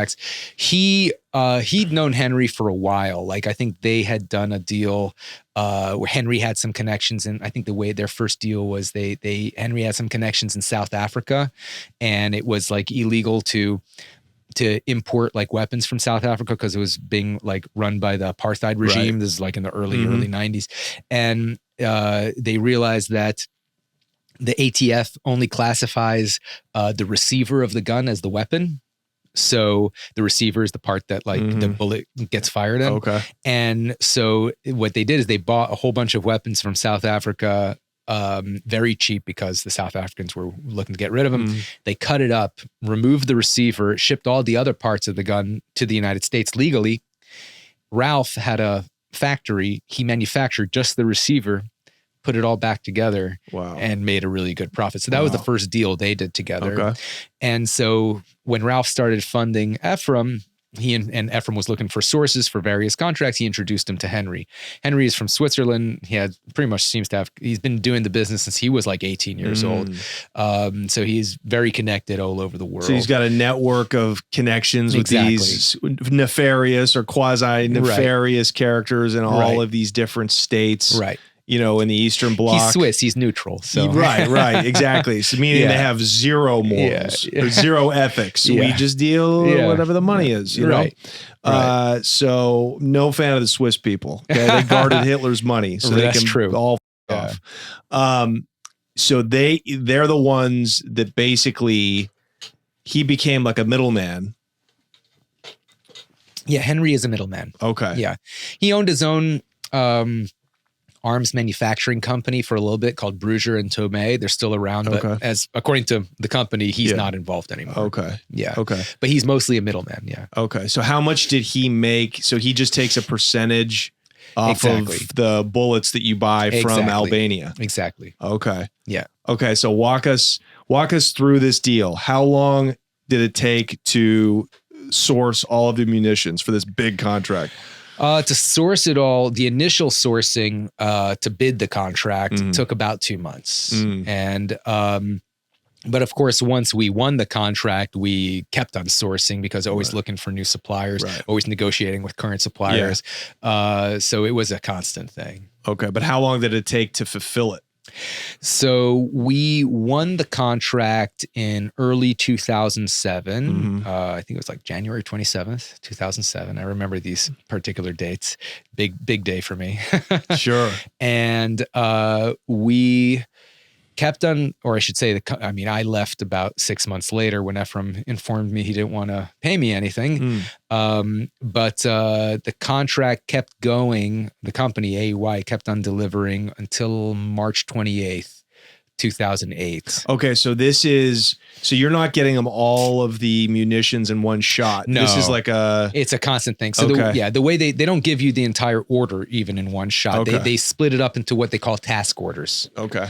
And so they'll give you against the $300 million contract a task order. Right. You know, so actually our first task order was $600,000, which we thought was a big problem because they're actually only required to legally give you the first task order. They ask you to quote the entire $300 million contract, but legally they only have to give you the first task order, and that could be any size they want. Right. So we obviously the price is very different whether you're delivering 1 aircraft or 300 aircraft. Right. So, but we quoted assuming that they were going to give us the entire order.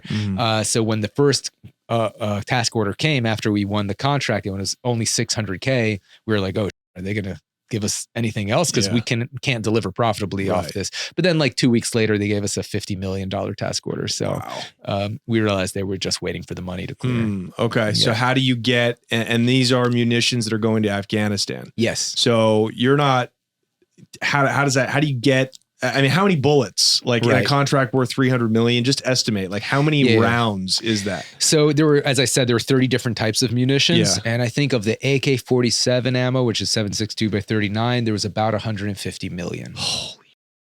How do you get 150 million rounds from Albania to Afghanistan? Well, we had to ship it by air freight. Yeah. And when we found out that it was Chinese, we had to do a whole repackaging operation because we thought we would get in trouble for it. Okay, so this is a problem because you've got the contract legally. You've got the money put up. Yeah. You got things are in motion. This is not a good time for anything like this to happen. Right. Yeah. So we didn't even know that it was Chinese origin until we went over there to inspect it. Okay. And when we went over there to inspect it, we realized there's Chinese markings all over the boxes, all over the crates, all over the metal tins that the ammo was in. And this was a problem for us because, as I said, our contract specifically said no Chinese ammo can be delivered directly or indirectly. Right. Now, this ammo had been given to the Albanians by the Chinese in the 70s. Right. So before the arms embargo, so it was legal as far as the arms embargo goes. It did not violate the arms embargo. However, our contract didn't specify anything to do with the arms embargo. It just said no Chinese, period. So we thought, well, you know, it violates the terms of our commercial contract with the army, but it doesn't violate the embargo. So maybe we can ask them to let us deliver this. And, maybe we could ask them for a waiver, a letter allowing us to deliver. But then we thought, well, maybe they're going to say no because it's not really fair to our competitors. We beat like General Dynamics and ATK Systems, and they're like multi-billion-dollar publicly traded companies. And they were very upset when they lost this contract. They submitted complaints to the government. They did this whole thing trying to get the contract away from us. And so we knew they were looking for any opportunity to get the contract away from us, our competitors. So we thought, if we tell the Army about this, maybe the Army will say, well, it's not really fair to your competitors that you be allowed to deliver this because they had to bid non-Chinese origin ammo. So maybe we'll take this $300 million contract away from you and put it out for bid again. You can bid on it again on even footing. And so we didn't want to risk losing the $300 million contract. And so we decided that instead of telling them about it, which, was a big mistake, we decided to repackage it. In retrospect, they probably would have allowed us to deliver it because it turned out, we found out later that they actually knew that it was Chinese the whole time. Oh, and they didn't care. No. Yeah. Yeah. Did Henry, did he know that this was Chinese origin? Sure he knew it was. Yeah. And he didn't tell you? He didn't tell us. No.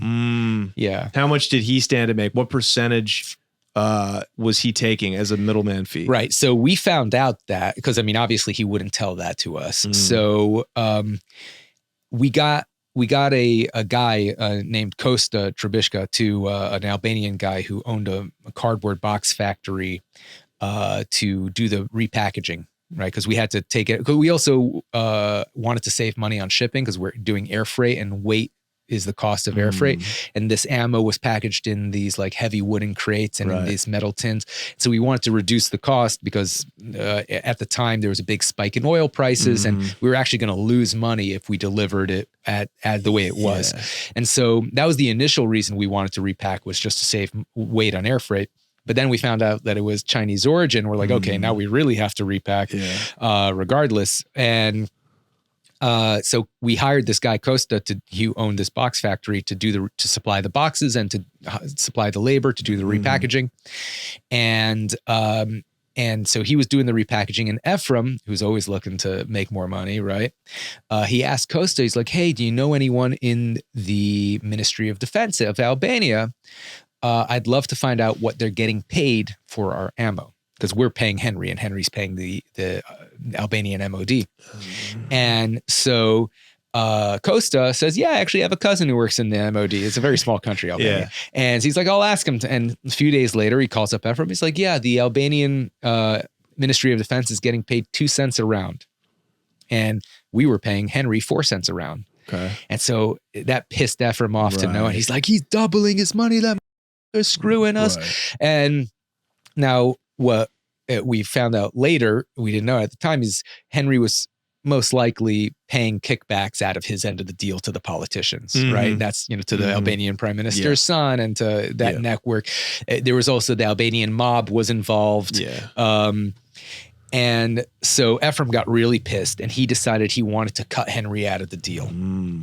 And what's your price per round right now at this point? You mean what we're selling it to the government? No, your price. We're paying 4 cents a round. Okay. We're paying Henry 4 cents a round, and Henry is paying the Albanian MOD 2 cents a round, at least officially, right? What kickbacks he's given, we don't know. He obviously wouldn't tell us, and we don't want to know because that's illegal for us to know, right? Because it's illegal to bribe government officials, even if they're foreign government officials. So Efraim decides that he's going to try to cut Henry out of the deal. And he decides to go fly to Albania and try to negotiate with the Albanians directly. He tells me, he's like, look, what I want you to do before he leaves, what I want you to do is take all those other quotes that we got from all the other suppliers, and I want you to change the prices on them. So it looks like they gave us way better prices, and I could use that and say, hey, if you don't give us a better price, I'm going to go with these other guys. And so I used some PDF editing software, change the numbers, print it out, no big deal, right? Give it to him. Is this the first nefarious or semi underhanded thing you'd ever done? Or had you ever done anything illegal before this? Not directly. Efraim had done a few, like I had was involved, or like I was aware of, I should say, of a few shady things he had done to like win the contract. So there were a few like things that he submitted to the government in the process before we won the contract that were probably not completely above board. Okay. Like for example, they wanted to see that we had they did it with a series of audits, they call it, but which is like little mini investigations into the company before they award you the contract. They want to know that they're awarding a very big contract to a responsible company that's going to deliver. So one thing they wanted to know was that we had enough money to deliver the contract to be able to finance it. And so Efraim used one of Ralph's properties as proof of like assets. Yeah. And Ralph had gotten that property that he owned, what do they call it? When you get appraised, that's the term, appraised at a very high price that was way out of proportion with what was in reality. Yeah, I don't remember exactly how he did it, but he got it appraised very high, and like literally like double or four times the actual thing. Yeah, so I mean, they're trying to get Trump for it, but it's not really. Every asshole thinks his property's worth more, right? Okay, so, but I mean, they knew what the reality was. Okay, so things like that. So, like, I mean, I knew of those things, and there were some other things as well. I don't know how much detail. So keep going. So so he asked me to change it, and I'm not even sure that changing that is necessarily illegal. I don't know what the exact legality of is. Fraud, I mean, maybe. I don't know, but it's a different foreign country. It's Albania. There's hardly any rules over there. Yeah. So anyway, I give him the documents. He goes to Albania. He talks to the head of the Albanian export company, Yili Panari, and shows him the documents. And Yili takes one look at the documents and he's like, "Don't show me your fake documents." Oh, wow. Yeah, they're Albanian. Yeah, they're the king of doctoring documents. He knew right away. He knows the industry. He knows that he has the lowest price. He knows that the Czechs and the Ukrainians aren't going to give way lower prices than him because they're going to have to pay to dismantle it if they don't sell it. So he knows he has the lowest price. Right. So he knew right away. He's like, "Don't show me your fake documents." And Efraim like kept him bothering him. "Oh, come on, I need this bad. You need to give me a better deal. We'll work directly. We don't even need Henry. I'm gonna have all this other business for you in the future. We're about to win all these other contracts. I swear. Blah blah blah blah blah." Right. Eventually, Yili is like, "You know what? I'll make a meeting with the guy who can make this decision." And he makes a meeting with a guy named Deliorgi. Right. Deliorgi we found out later was like the head of the Albanian Mob. And somehow he's involved with this, and he's connected with the prime minister's son, who was also at the meeting. But that's how it goes over there. Exactly. That's how it goes in Russia. How it goes in a lot of Eastern. Yeah, the government and the mob are kind of work hand in hand. Totally. Yeah. So Deliorgi tells Diveroli that I know that you want a better price on this ammo, and I know that you're also paying this guy Kosta Trebishka, this other Albanian guy, to repackage the ammo. So why don't you give me the repackaging contract? I'll repackage it. I'll make money off that contract, and then I could give you a lower price on the ammo. And Efraim says, "Yeah, that sounds like a great idea. That guy's fired. You're hired. Let's go." Yeah. And so they started repackaging the ammo. And the guy Costa, who owned the box company, he calls me up and he's like, "Hey, I know that you guys are switching providers for the repackaging job. I understand it's no hard feelings, just business, but I got stuck with like 20 grand worth of boxes that I was planning to use for this contract. You guys are going to need this anyway. So why don't you just buy it from me, so I don't lose 20 grand on these boxes." And so I told Efraim, like, "Why don't, we buy these boxes from him?" And he's like, "Yeah, like the new Deliorgi doesn't want to have anything to do with Kosta. They already bought their boxes. They don't need them, So I'm like, "Well, why don't you just pay him the 20 grand? Because, we're kind of like leaving him out in the cold." Right. And Diveroli says, That's how this guy does business. It's just how he does business. I'm like, "What's he going to do?" I said, "Efraim, he knows everything, right? Right. He knows about the repackaging and why we're doing it. Right. Give him $20,000, right? We have a $300 million contract. Yeah. Let's not f that up." Yeah, you dumb. Yeah. And he's Albanian. Yeah. And you're in Albania. Yeah. And at this point, Efraim had flown back. He got himself out of there. Okay. Yeah. And the guys we were going with are the actual organized crime. They're not going to let this guy do anything. And so he's like, "What's he going to do?" him. He's not going to do anything. Just let it go. And I'm like, okay, well, I told him, I'm like, that's a very bad idea. But it's your money, right? So it turned out that Costa got really upset about it. And he called up the New York Times and he told them what we were doing. And he called up the FBI and told them what we were doing. And his biggest mistake was that he called up the local Albanian press and told them that the Albanian politicians were getting kickbacks from this deal. A week later, he ends up dead. In a very suspicious car accident. Yup. He was like in an empty field on a dirt road and somehow his car had run him over. It was, he was face down in the dirt. Hey, nobody asked any questions. Yeah. It's just what happens sometimes. So nobody really believes it was an accident, but they made it look like an accident. And they called it an accident in the press. And so, And so anyway, but the new guys, the Deliorgi, what he did was he just had the Albanian army do the repackaging and didn't pay the soldiers anything. Right. So he got 100% of the money. He didn't have to pay his workers. But now the story's out though. Yeah. Okay. So the story is, it's out in the Albanian press. Okay. Right. And New York Times, and the New York Times is investigating. Right. They're investigating at this point. They haven't published anything. At this point, Efraim, the contract is starting to go well, right? That we're delivering like 3 to 4 aircraft loads every week into Afghanistan. And like flying out of Albania, and other places for the other items, like Bulgaria for the grenades, and we also had some stuff coming from the Czech Republic. So we had a few different countries we were sourcing from, right? But the most of the aircraft were coming from Albania because that was the highest volume of stuff. It's mostly bullets. It's mostly as far as volume goes. Actually, it was the lowest value of the contract because it was so cheap. Each aircraft load of AK-47 ammo is like less than $300,000 of our cost, or no, of what we were charging the government is like $270,000. What was the highest priced item on that contract? So, I mean, individual item was probably the anti-aircraft rockets. And I don't remember the exact number, but I think it was somewhere in the neighborhood of like $150 a rocket. Wow. Something like that. And how many rockets? I don't recall offhand, but it was somewhere. Thousands? It was the tens of thousands. Wow. And where do those come from? The rockets, I think we were sourcing them from Bulgaria. Wow. Yeah, along with the grenades. The grenades was one of our most profitable items on the contract. The grenades we were paying, we were making about like a 30% margin on it, and they were costing us we were paying for them about $25 to $30 each grenade.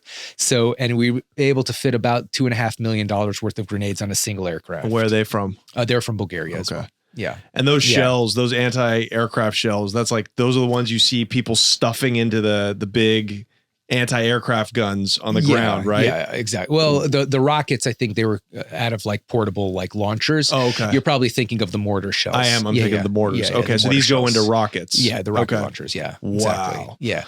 So and is the money coming in like every 30 days you're getting? So no, because we had our factoring agreement with Wells Fargo. Right. As soon as the aircraft lands and we get the receiving document, we got paid by Wells Fargo. Oh, like brilliant. minus %. So you have millions of dollars coming in. Exactly. And we're just cycling it through to go do the next aircraft. Yeah. So we're constantly recycling the money.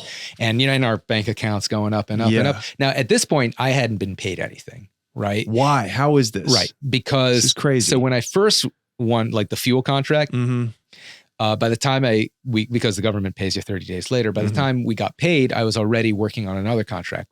And Efraim tells me, I'm spending my money to finance these deals.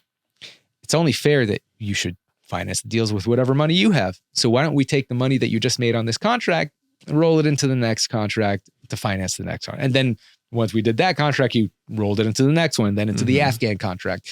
So at this point, I kept on rolling my money in, and I'd been living off of my savings for like a year and a half. Right. My savings, which I had made from like the SD card business and the bedsheet business, were dwindling. I have a daughter at this point. She's about 6 months old. But I thought I was going to be a multimillionaire very soon. You're going to cash out on half of 60 million? Yeah. Well, the agreement for this contract was 25% because this was like more his bread and butter and not like the fuel, which was a brand new business. So I was going to make like $15 million, which is more than enough. I was going to be very happy with $15 million. Were you going to get out after this huge deal? Plan. That was my plan. As soon as the deal was over, because I hated working with him. He was just like a total nightmare to work with. Totally. Yeah. He would like call me up at 3 a.m, yelling and screaming how we have to get to the office right now. And you know what I mean? Like crazy. And were you working other weapons contracts for other contracts, other deals? Or were you, when you got this big $300 million deal, this was it? You put all of your effort into that? I put all my effort into it. Efraim decided that he wanted to go after everything out there. And I told him, let's not do that. Let's focus on this and maximize our profits and deliveries. Make sure we deliver on this massive contract that we just won, which is like 20, 25 times bigger than anything we'd ever done before. And he was like, nah, we're just getting started. We're getting rolling, we're going to go after everything now. And so he started bidding on all these other contracts, the vast majority of them like $1 million, $2 million contracts, which is big in isolation, but compared to 300 million, he shouldn't have been wasting his time on it. So he was winning all these other contracts. I was just focused on the Afghan contract. And so we were delivering on a regular basis, like 3-4 aircraft loads a week into Kabul. And then Efraim comes into my office one night and, at this point we had about 15 employees. So everyone had left the office for the day. I was working a little late and he comes into my office and he tells me, a lot of the guys around the office, they're saying that you're not pulling your weight around here anymore. And I'm like, what are you talking about? The Afghan contract's going great. We're delivering on a regular basis. Everything's going smooth. And he says, yeah, the Afghan contract's going great. But, we're really struggling with these contracts going to Iraq and you're not helping with those. And I said, well, I'm on a commission only. I'm not getting paid a salary, you want to give me a percentage of the Iraq contracts? It's like, oh, don't be ridiculous. You didn't help us win those contracts. Why should I give you a percentage of the Iraq contract? So I'm like, so why should I help you deliver on them? And he says, well, because if the Iraq contracts don't get delivered, then the company can go down and that takes your Afghanistan contract with it. And I said, but I'm only getting paid on the Afghanistan contract. You want to give me a percentage of the whole company? And he says, well, I'll tell you what, I wouldn't make this deal for anyone else, but David, you're my best friend. Your hard work is a big part of the reason AEY is where it is today. So only because of that, I'm going to give you a very generous $100,000 a year in executive salary and 1% of AEY. And I said to him, well, the Afghan contract is going to make us at least 90% of the money over the next 2 years. And I'm supposed to get 25% of the Afghan contract. So I think I'll stay with my 25%. Thank you very much. And he says to me, well, how about 0? Take it or leave it. That's the only offer on the table. And I was this close to punching him in the face. Yeah. I couldn't believe it, because I've been working on 0 salary for like a year and a half at this point. All my previous winnings, money was being rolled into this deal. And now he's changing the deal completely under me. And you had nothing in writing? So we did have a written contract, but it was a handwritten contract. It wasn't like run through lawyers or anything. However, that handwritten contract mysteriously disappeared. And my scanner I was planning on scanning it and emailing it to myself. And so I put the contract on my living room table and like a day or two later, like it mysteriously disappeared. And this was like right before he came into my office. So yeah, very suspicious. I blame myself. I mean, I could have gone to Kinko's and, made a copy. I mean, I was an idiot, but I didn't think he was going to screw me that blatantly like that. He'd done it with everyone else though. He had. So I should have known. Look, in retrospect, it was obvious. It was the Efraim playbook. It was the Efraim playbook. And I'd seen him do it to other people. I don't know why I thought I was special. I mean, just because he said I was his best friend didn't mean that he wasn't going to screw me. And obviously this guy's no friends. He's a complete sociopath. Yeah. He doesn't know the meaning of friendship. Right. That doesn't work in his mind that way. So what do you do now? So that was a really, really tough because I was running out of money quick and I had a baby to support. And I went from thinking I was going to make $15 million over the next 2 years to about to go bankrupt and not being able to make rent. So I was super depressed for like 2 weeks. And eventually I realized, I know this business and I have all the contacts. And I have even some contacts that Efron doesn't have because I'd been to a few trade shows without him and I didn't give him all my contacts. So I decided to start my own company, start to bid on contracts myself. In the meantime, I was negotiating with Efron because I realized, you know what? I don't really want to sue him for years and I need money now. And he knew it too because he knew my situation. So this piece of knew that I was desperate. And eventually he owed me at that point about $5 million. And he from past contracts you fulfilled? And mostly for the Afghan contract. The vast majority of it was for what we had made. Why were you not able to go in to the bank accounts and just transfer yourself money? You didn't have access to it? I probably could have done that. That would have definitely been very illegal, and I probably would have been arrested for doing that. So I didn't want to do that because I didn't want to commit a crime. Though I did think about it. Well, okay. I guess if you guys aren't co-owners, we're not co-owners. He owned 100% of the company, so that would have been that's theft. tough. That would have been outright theft. Sure. So it did cross my mind, but I did.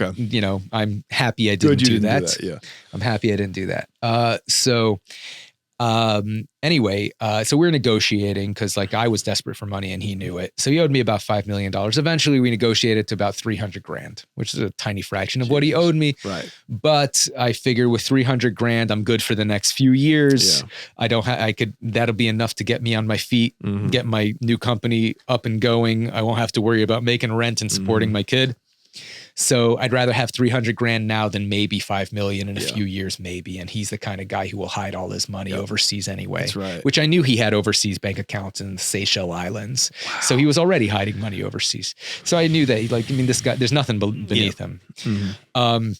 So we made an agreement that he would give me 300 grand. And the day that we were going to sign this agreement, I get a call in the morning from the secretary. And at the office, I was still on good terms with everybody who worked at the company. I was considered the nice boss. He would walk into the office and start screaming at people, "I don't pay you guys to talk. Get on the computer and make me some money." He's the kind of guy he was. And so everyone hated him, but they put up with him because, they needed the work. And so I got along well with everybody. So the secretary calls me up and she's like, "Hey, I just want you to know the feds just raided the office. And they're boxing up all the documents. They told us to step away from our computers immediately, and they kicked us all out of the office, and we're not allowed to come back into the office." And I'm like, "Oh crap, the jig is up," right? Yeah. And so I call up Alex, who's my best friend, who's doing the repackaging operation in Albania. And I tell him, "Hey, Alex, just want you to know, I just heard that the feds raided the office." And he's like, "What? Why would the feds raid the office?" And I said to him, "I don't know, maybe because of the Chinese stuff." And he says, "Why? I mean, that's just like a commercial that's not illegal. It doesn't violate the embargo." He has a degree in international relations. Right. So, he was well aware of all this stuff.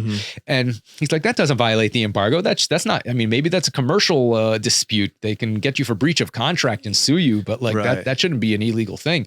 And I'm like, "I don't know, man. I'm just telling you, the feds raided the office." And he's like, "Okay, let me sniff around and find out what's going on." He calls up Danny, which is the guy that Efraim ended up replacing me with after I quit. Okay. He calls up Danny and he tells Danny, "Danny, I need this particular document because I have an aircraft landing later this afternoon to get the export permit. I need you to get me this document." He, knowing that the document is in the office and everyone had been kicked out of the office by the feds, he wanted to see what he would say. And so he hears, Alex told me this later, he hears Danny cover up the mouthpiece of his phone and whisper to Efraim, "Hey, it's Alex. He needs this document. What should I tell him?" And he hears Efraim whisper back, "Oh crap, that document's in the office. We can't get it. Tell him that there was a bomb threat. Yeah. Tell him there was a bomb threat in the office and that we all had to leave and we can't get to it, but we'll get it to him later." And so Danny gets back on the phone. He's like, "There was a bomb threat. We can't get you that document." And Alex is thinking, why is he lying to me? Right? Why isn't he telling me the truth? Maybe Efraim's planning to pin everything on me. Maybe he's going to say, oh, I had no idea about this whole repackaging operation. It was all Alex's idea. Right. He wanted to protect his cushy job in Albania, and he did all this without my knowledge. And so Alex is like, I'm not going down for this piece of shit. And he was on the next flight home back to Miami. Right. And so Alex and I both contact attorneys because the feds, the agents were trying to get through to us. They wanted to talk to us. Right. Okay. And so everyone told us, don't talk to the feds without attorneys, right. Of course. And nobody had been arrested yet. Nobody had been arrested. They just, they did a search warrant. Okay. They executed a search warrant on the office. Was Efraim at the office at the time of the raid? No, he was not. He was still home. Okay. But like all the employees were there. Right. Because he would roll into the office late. So he was still home. But the employees were there. And so we hire attorneys, and the attorneys talk to the agents, you know, and the agents say, oh, we just want to ask them a few questions, you know. And the attorneys tell us, look, why don't you guys go into your emails? They're like, and go into your emails, your text messages, and search for any incriminating terms, right? Whatever it is you think you did wrong, search for those terms, like repackaging Chinese ammo, right? See what evidence they have before we make a decision here. So we did that. And it turned out that there was a lot, because at first Efraim said, you know, okay, we're only talking on the phone about this. We can't send any emails, right? But everyone was in different time zones. Yeah. And there were a lot of very harsh deadlines with like planes landing and documents and stuff. And eventually it got, Efraim sent an email, and then everyone was like, oh, he's sending an email. So let's all, you know, just started talking about Ralph sent an email, our investor, with instructions on how to sand off Chinese markings off wooden crates with real pictures step by step of how to do this. How about this one? Say, I thought it was Korean. Boom, you're out. Were they going to read it anyway? Unfortunately, we said Chinese in the email. So it was all written evidence. Right. So we knew we were screwed. We knew that they had all the evidence they needed to convict us on this. There was no way we could deny it. How did they find out about it in the first place? Was it the people in Afghanistan, the army, the American military that picked up on it? And then let the feds know? Or? So no, it was not the people in Afghanistan. So we thought that it was Costa who like told them. The guy who ended up. Right. Yeah. He's the guy that ended up dead? Yes. Right. Yes. Yeah. Before he died, when he was calling around to the papers. Exactly. Maybe he called the FBI as well. Yeah.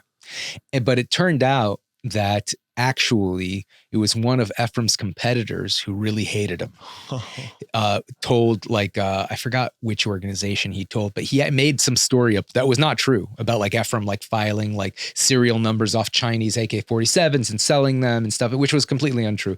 But it was enough for them to open an investigation. And I think, and then like Efraim let his broker's license that he had with the State Department lapse because he didn't think he needed it. And so that all that in combination was enough for the feds to get a search warrant. And so they did a search warrant, and so anyway, so so when we told our lawyers about the evidence, they're like, look, if they have that kind of level of evidence, then there's no way you're going to win in court. Right. But again, though, I thought this was just a commercial issue. This didn't violate the Warsaw Pact. Right. So what criminal illegality is there? So that we were wondering about that. So eventually they charged us with fraud, right? As a way to deceive the government. That's how they charged it. So, but we figured, well, the government thinks this is illegal because they did a raid on the office, and we thought it was about the Chinese stuff, right away. And so our lawyers tell us, well, if they have rock solid evidence against you, then you really have only one option, and that's to cooperate, right? You're going to have to, because if you don't, you're going to go to court, you're going to lose, and then you're screwed, right? Like, are you facing prison time for that kind of fraud? Possibly. And I'll tell you, when they charge us, the way they did the deal. So they told us, look, you want to talk to them, because even if you fight in court, you're going to need like about $300K to pay a good lawyer for this. Do you have $300K? No, you don't. Okay. Well, then your only option is a public defender, and you're going to be one of 200 cases on their workload. You're going to be lucky if they remember your name. you know? So of course, this is what the private lawyers are telling me. And they federal public defenders are really good. Yeah. It's not I'm like sure. that. I'm sure. Yeah. It's not like the state. Right. Yeah. I'm sure it's different. But that's what my private lawyers were telling me. Exactly. So, of course they have a vested interest in saying that. So both Alex and I, agreed to talk to the feds and the way they do it is they separate us, they interview us separately, and they tell you, you're going to tell us everything.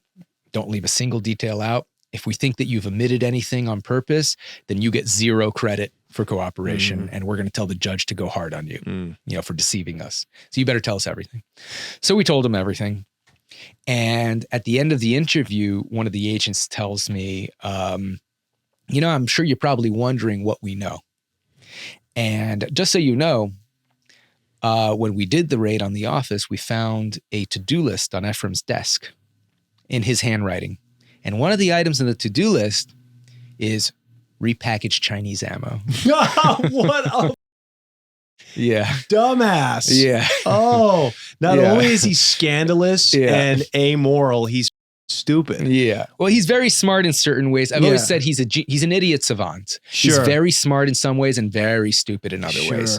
He was, so they're like, we knew about it, but of course. Was that part in the movie? No, they didn't put that in. I know there's so many great parts they left out of the movie. They're really, there's so many. So much funny. Yeah. I can't believe they would leave that out, especially in a Todd Phillips movie. That's such like an ironic twist. Like it was nothing super deep and intricate. It was Efron. It was on Efron's to-do list. Yeah, exactly. Yeah. No, they left. I mean, they had to squeeze 2 years of time into like a 90 minutes. So they left out a lot. Yeah. But and they also added some things in, like the whole, triangle of death thing, because they needed more action. Hollywood needs to fit a particular formula. Yeah. Another thing they added in was the whole drama between me and my girlfriend, where like I lied to her about being an arms dealer, and because they needed some like relationship drama for the girls in the audience. Yeah. And my girlfriend knew about it the whole time. She had no problem with it whatsoever. She said to me, as long as you're bringing in the money, well, it's okay. I love that. It's a good That's woman. all she cared. Yeah. That's all she cared about.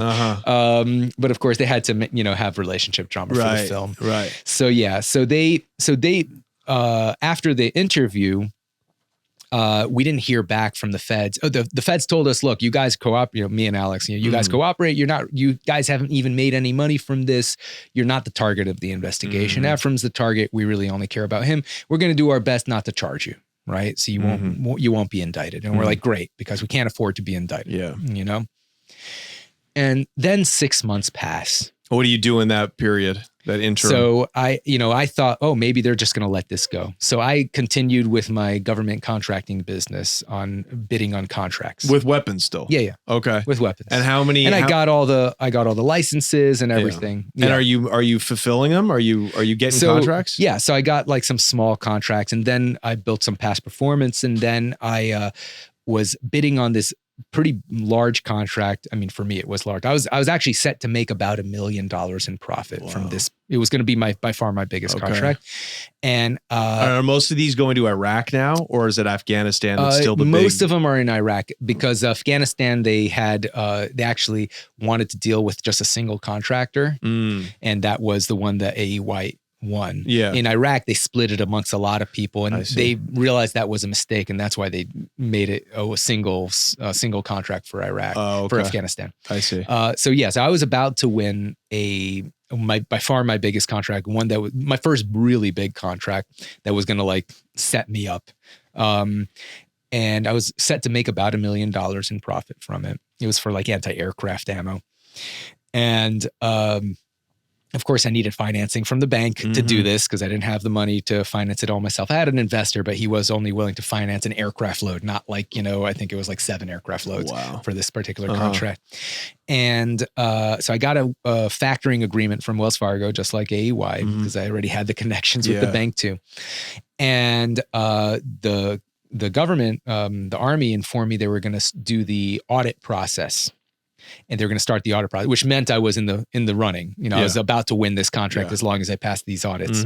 And one of the audits was the financial audit, just like with AEY went through. And a big component of the financial audit was the factoring agreement. The day they were going to start the financial audit, the New York Times finally publishes their investigation.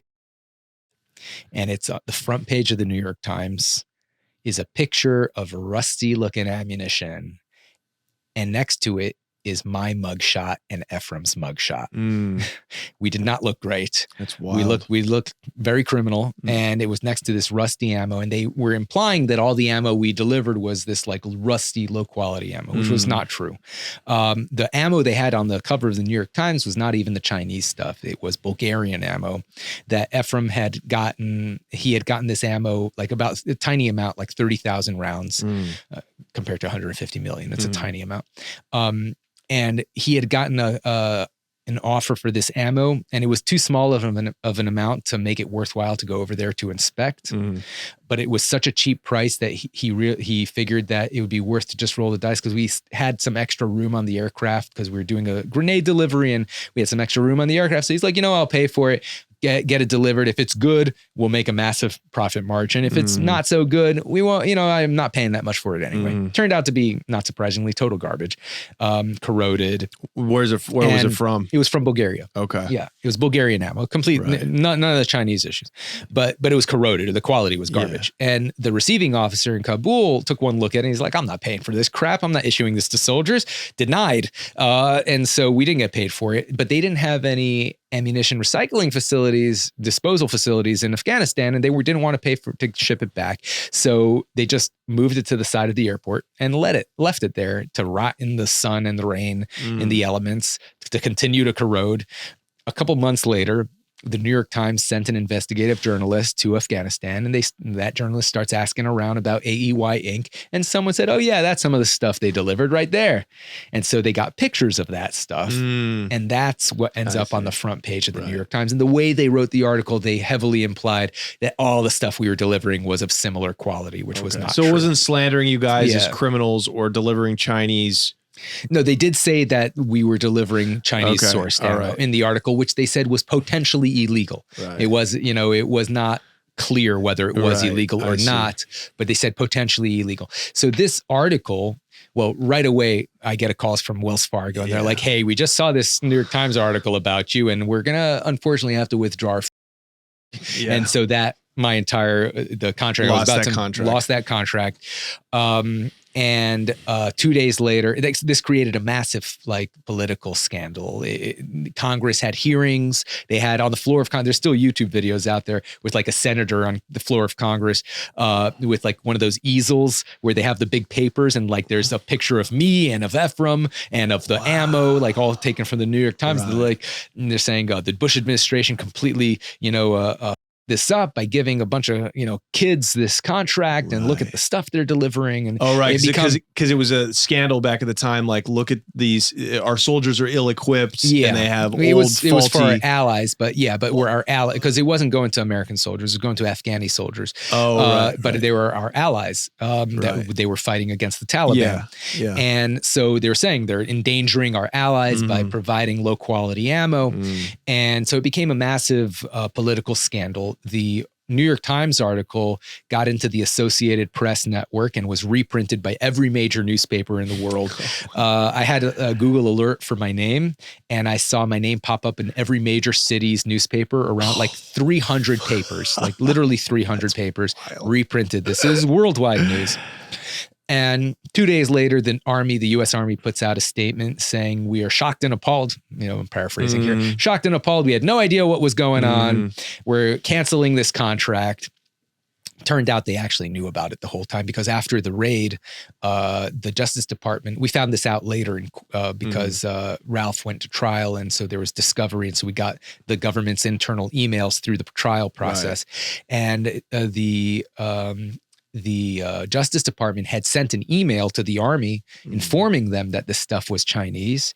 And the Army responded back by email saying, this ammo is critical to the mission. And if you want us to stop taking delivery on it, we're going to need a letter from the Attorney General of the United States instructing us to stop deliveries.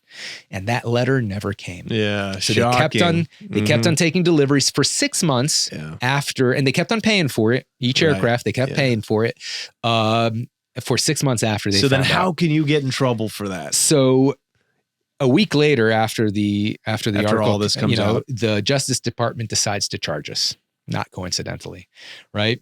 And they tell Alex and me, hey guys, we know we told you that we wouldn't charge you, but unfortunately, you guys were just too involved in the whole scheme. We can't charge Efron without charging you.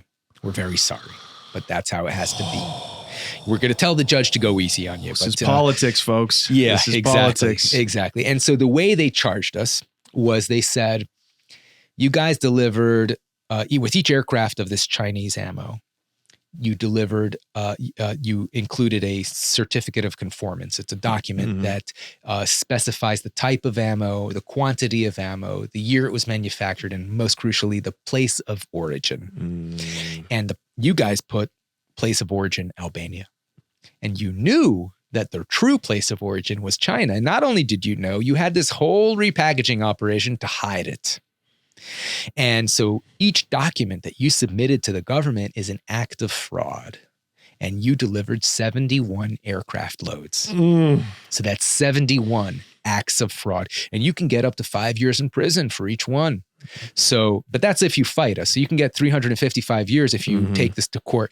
But if you plead guilty, we'll combine it into one act of fraud. So the most you can get is 5 years in a worst case scenario. The judge makes the decisions, it's not us, but we'll tell the judge to go give you the low end of the guidelines because you're cooperating and you pled guilty. So as long as you plead guilty, we'll tell the judge to give you the low end of the guidance. Maybe you'll get a year, maybe even just probation, right? So what do you want to do? You want to get 355 years? You really want to dance? Yeah, exactly. And spend 300K. Do you have that 300K? Yeah. Or do you want to plead guilty and maybe get just probation? So obviously there's not really much of a choice. So Alex and I both pled guilty immediately. Efraim fought him for another few months, but then realized that the evidence was overwhelming and he didn't really have a chance of winning. So he ended up pleading guilty. Ralph decided to take it to court. He thought he could prove that he was unaware of the whole scheme. And that whole thing stretched because they didn't want to sentence us until his trial was over because they wanted to use us as witnesses in his trial and they wanted to hold the threat of the sentencing as leverage against us to force us to testify in his trial. Now, 1 second. They told you when they first questioned you and Alex that their target was Efraim. So why was he the target? Because he owned the company. It was his company. Yes, it was his company. It was his money. He's making the decision. Okay. But they figured that they couldn't charge Efraim without charging me, Alex, and Ralph, because we were kind of the original crew. I see. Now, there were other people who, like Danny, who took over after me, was very well aware of the entire thing. And there's plenty of written evidence that he cooperated with the whole scheme. But they didn't need to charge Dan because Danny came afterward. They didn't need to use him in court to show how the whole scheme was set up. So they decided not to charge him. Was Efraim charged with a higher crime?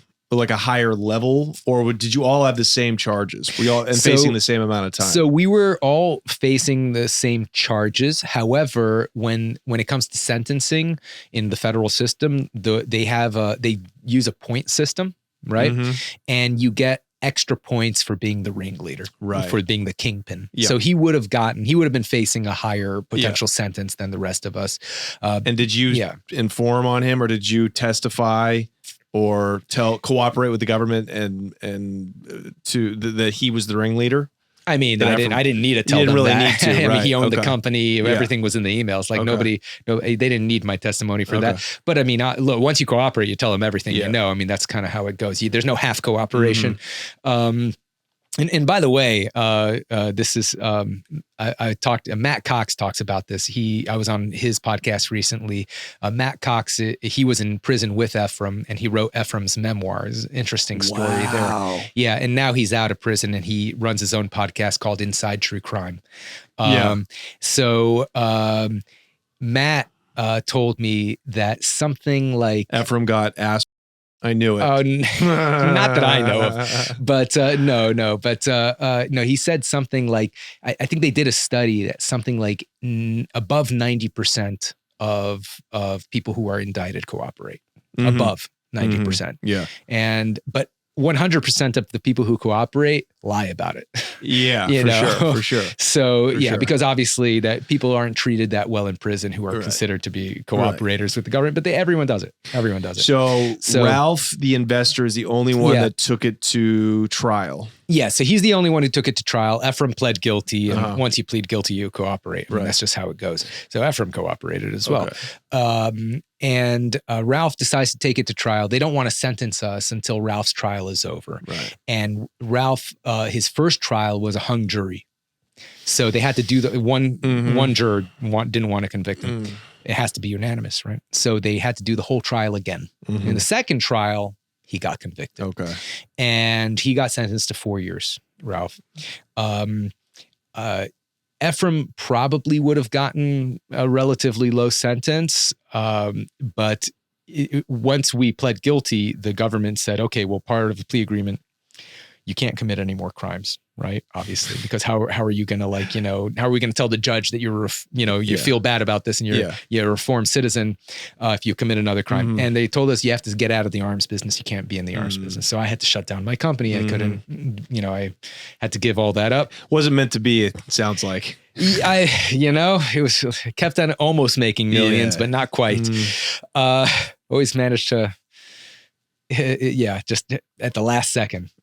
Both good and bad things. I mean, I've managed to skate out of very bad situations at the last second, and also out of very good situations the last second too. So it's called divine intervention. Yes, I guess you could say that. And I think your parents would agree that God did not want this for you. They definitely would believe so. Yeah. Absolutely.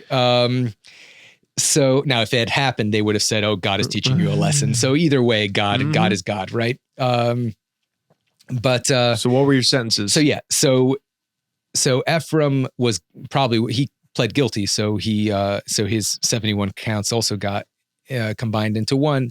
And he probably would have gotten a low sentence, I imagine, but he just couldn't stay out of the arms business. Right. And so he had his latest lackey, which, he had already screwed over Danny and replaced Danny. I think he screwed over the guy after Danny, and then he had a new one.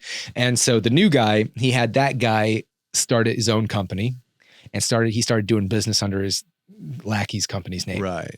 But Ephraim's a real control freak. So he couldn't let his lackey do the negotiations. Whenever it came down to negotiating, he insisted on getting on the phone himself. He was trying to negotiate some deal with a company, like an arms company in like Central Florida.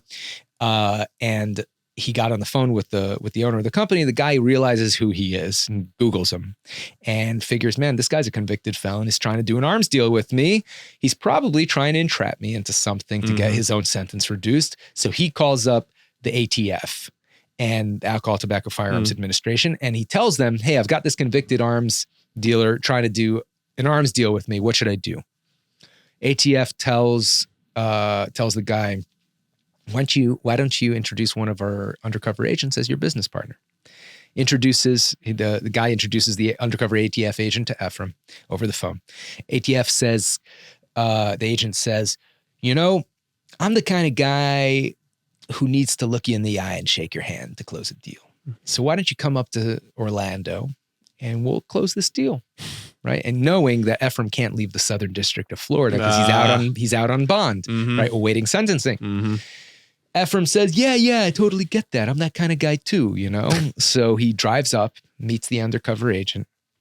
Undercover agent pops the hood of his car, takes out a handgun. He's like, check this out. I got the latest HK handgun on the market. I know you're into guns, so check this out. Efraim looks at the gun and he's like, oh yeah, I heard about that thing. Let me see that thing. I've heard, he picks up the gun. He's like, let's go pop off a few rounds at the range, I mean, what can I say? Once a gun runner, always a gun runner. Am I right? That corny, like a bad movie script. He loved talking like that. Wow. Yeah, I'm not making that up. That's actually dork. So he called his memoir Once a Gun Runner. Man. And the agent, true asshole. They don't make guys like that anymore. Thank God. Thank the God I don't believe in. The agent slams the cuffs on his wrist and says, "You're a felon in possession of a firearm. Oh, You can get up to 10 years for that." wild. And of Even course, if he hadn't been sentenced, though, I don't know. so because he pled guilty. Okay. Once you plead guilty, you're now officially a All right. felon, even before you get you're sentenced. on paper. You're on Okay. paper a felon. Wow. So even before sentencing. So he is officially a felon in possession of a firearm, which you can get up to 10 years. And he, of course, he violated the terms of his bond, so they didn't give him a new one. So he had to stay for like a year in county jail. No picnic. And eventually he could have gotten 15 years total. Yeah. He could have gotten 10 years for the gun charge, 5 years for the fraud charge. He hired the best lawyers in Miami. He spent a couple $1 million on him. So they hadn't found his money. I was going to ask, that was going to be my next question. So they did freeze his bank accounts. His American bank accounts. His American bank accounts. Okay. They did not find his overseas bank accounts as far as I know. And they sentenced him. He hired the best lawyers. They negotiated it down to 4 years in prison. And Total. In total. Okay. And they only fined him like $350,000. He got to keep the rest of the money. Wow. And the reason for that is because in fraud cases, restitution is when you have to pay back the victim, it's based on how much the victim lost. And the Army didn't really lose anything. They got everything they paid for. They saved many millions of dollars by buying this stuff. So they weren't really the only loss they could claim was the cost of taking the contract away from us and rebidding it out. Right. And they estimated that to be about like $350,000. Right. And so you guys fulfilled almost the whole $300 million. No, not even close. We actually only ended up fulfilling $67 million out of that. So Efraim probably made in the neighborhood of about like 15 to 20 million in profit from this contract, about 15 probably. Right. And just shave off $350,000 in 4 years of his life. Yeah. So he got out with money. He got out with money. When did he get out? What year did this all go down? So he got sentenced. We both got sentenced in 2011. Okay. So he got out in about 2015, 2016-ish. And you and Alex did no time? We did no time. I got sentenced to 7 months of house arrest and Alex got 5 months of house arrest. Wow. Yeah. And what were your parents thinking as this they all were went thinking down? He should have stayed in yeshiva, and which is the Jewish school. He should have not gone off the path. And were they worried? God. Of course they were worried. Yeah, they were very supportive. Not supportive to the point where they would mortgage their house to pay for my legal bills, but so I had to pay my own legal bills. But they were very supportive emotionally and socially. I took it surprisingly well considering. So yeah, I mean, I pled guilty and pleading guilty cost me $30,000. How so?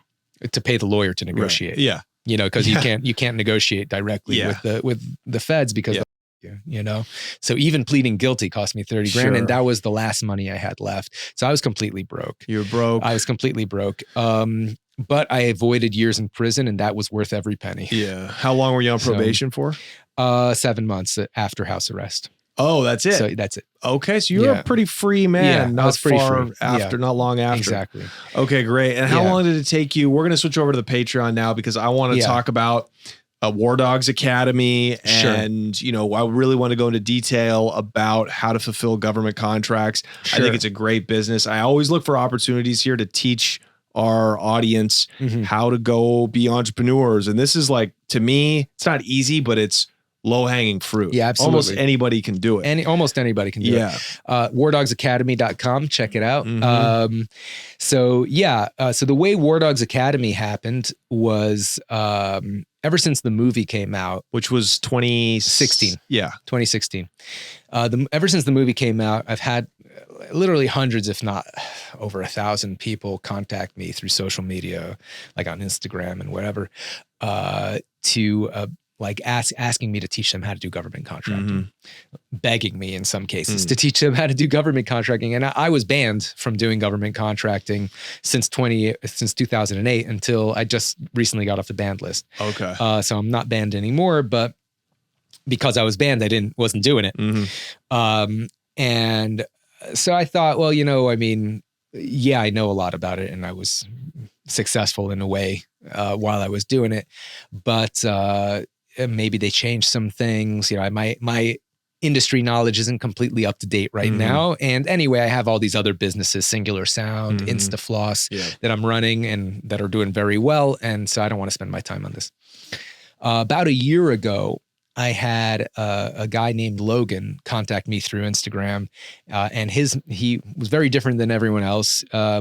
He said, I just want you to know that about 6 years ago, my partner James and I, we were 21 years old, and we were completely broke, picking produce on a farm, and just to make some money.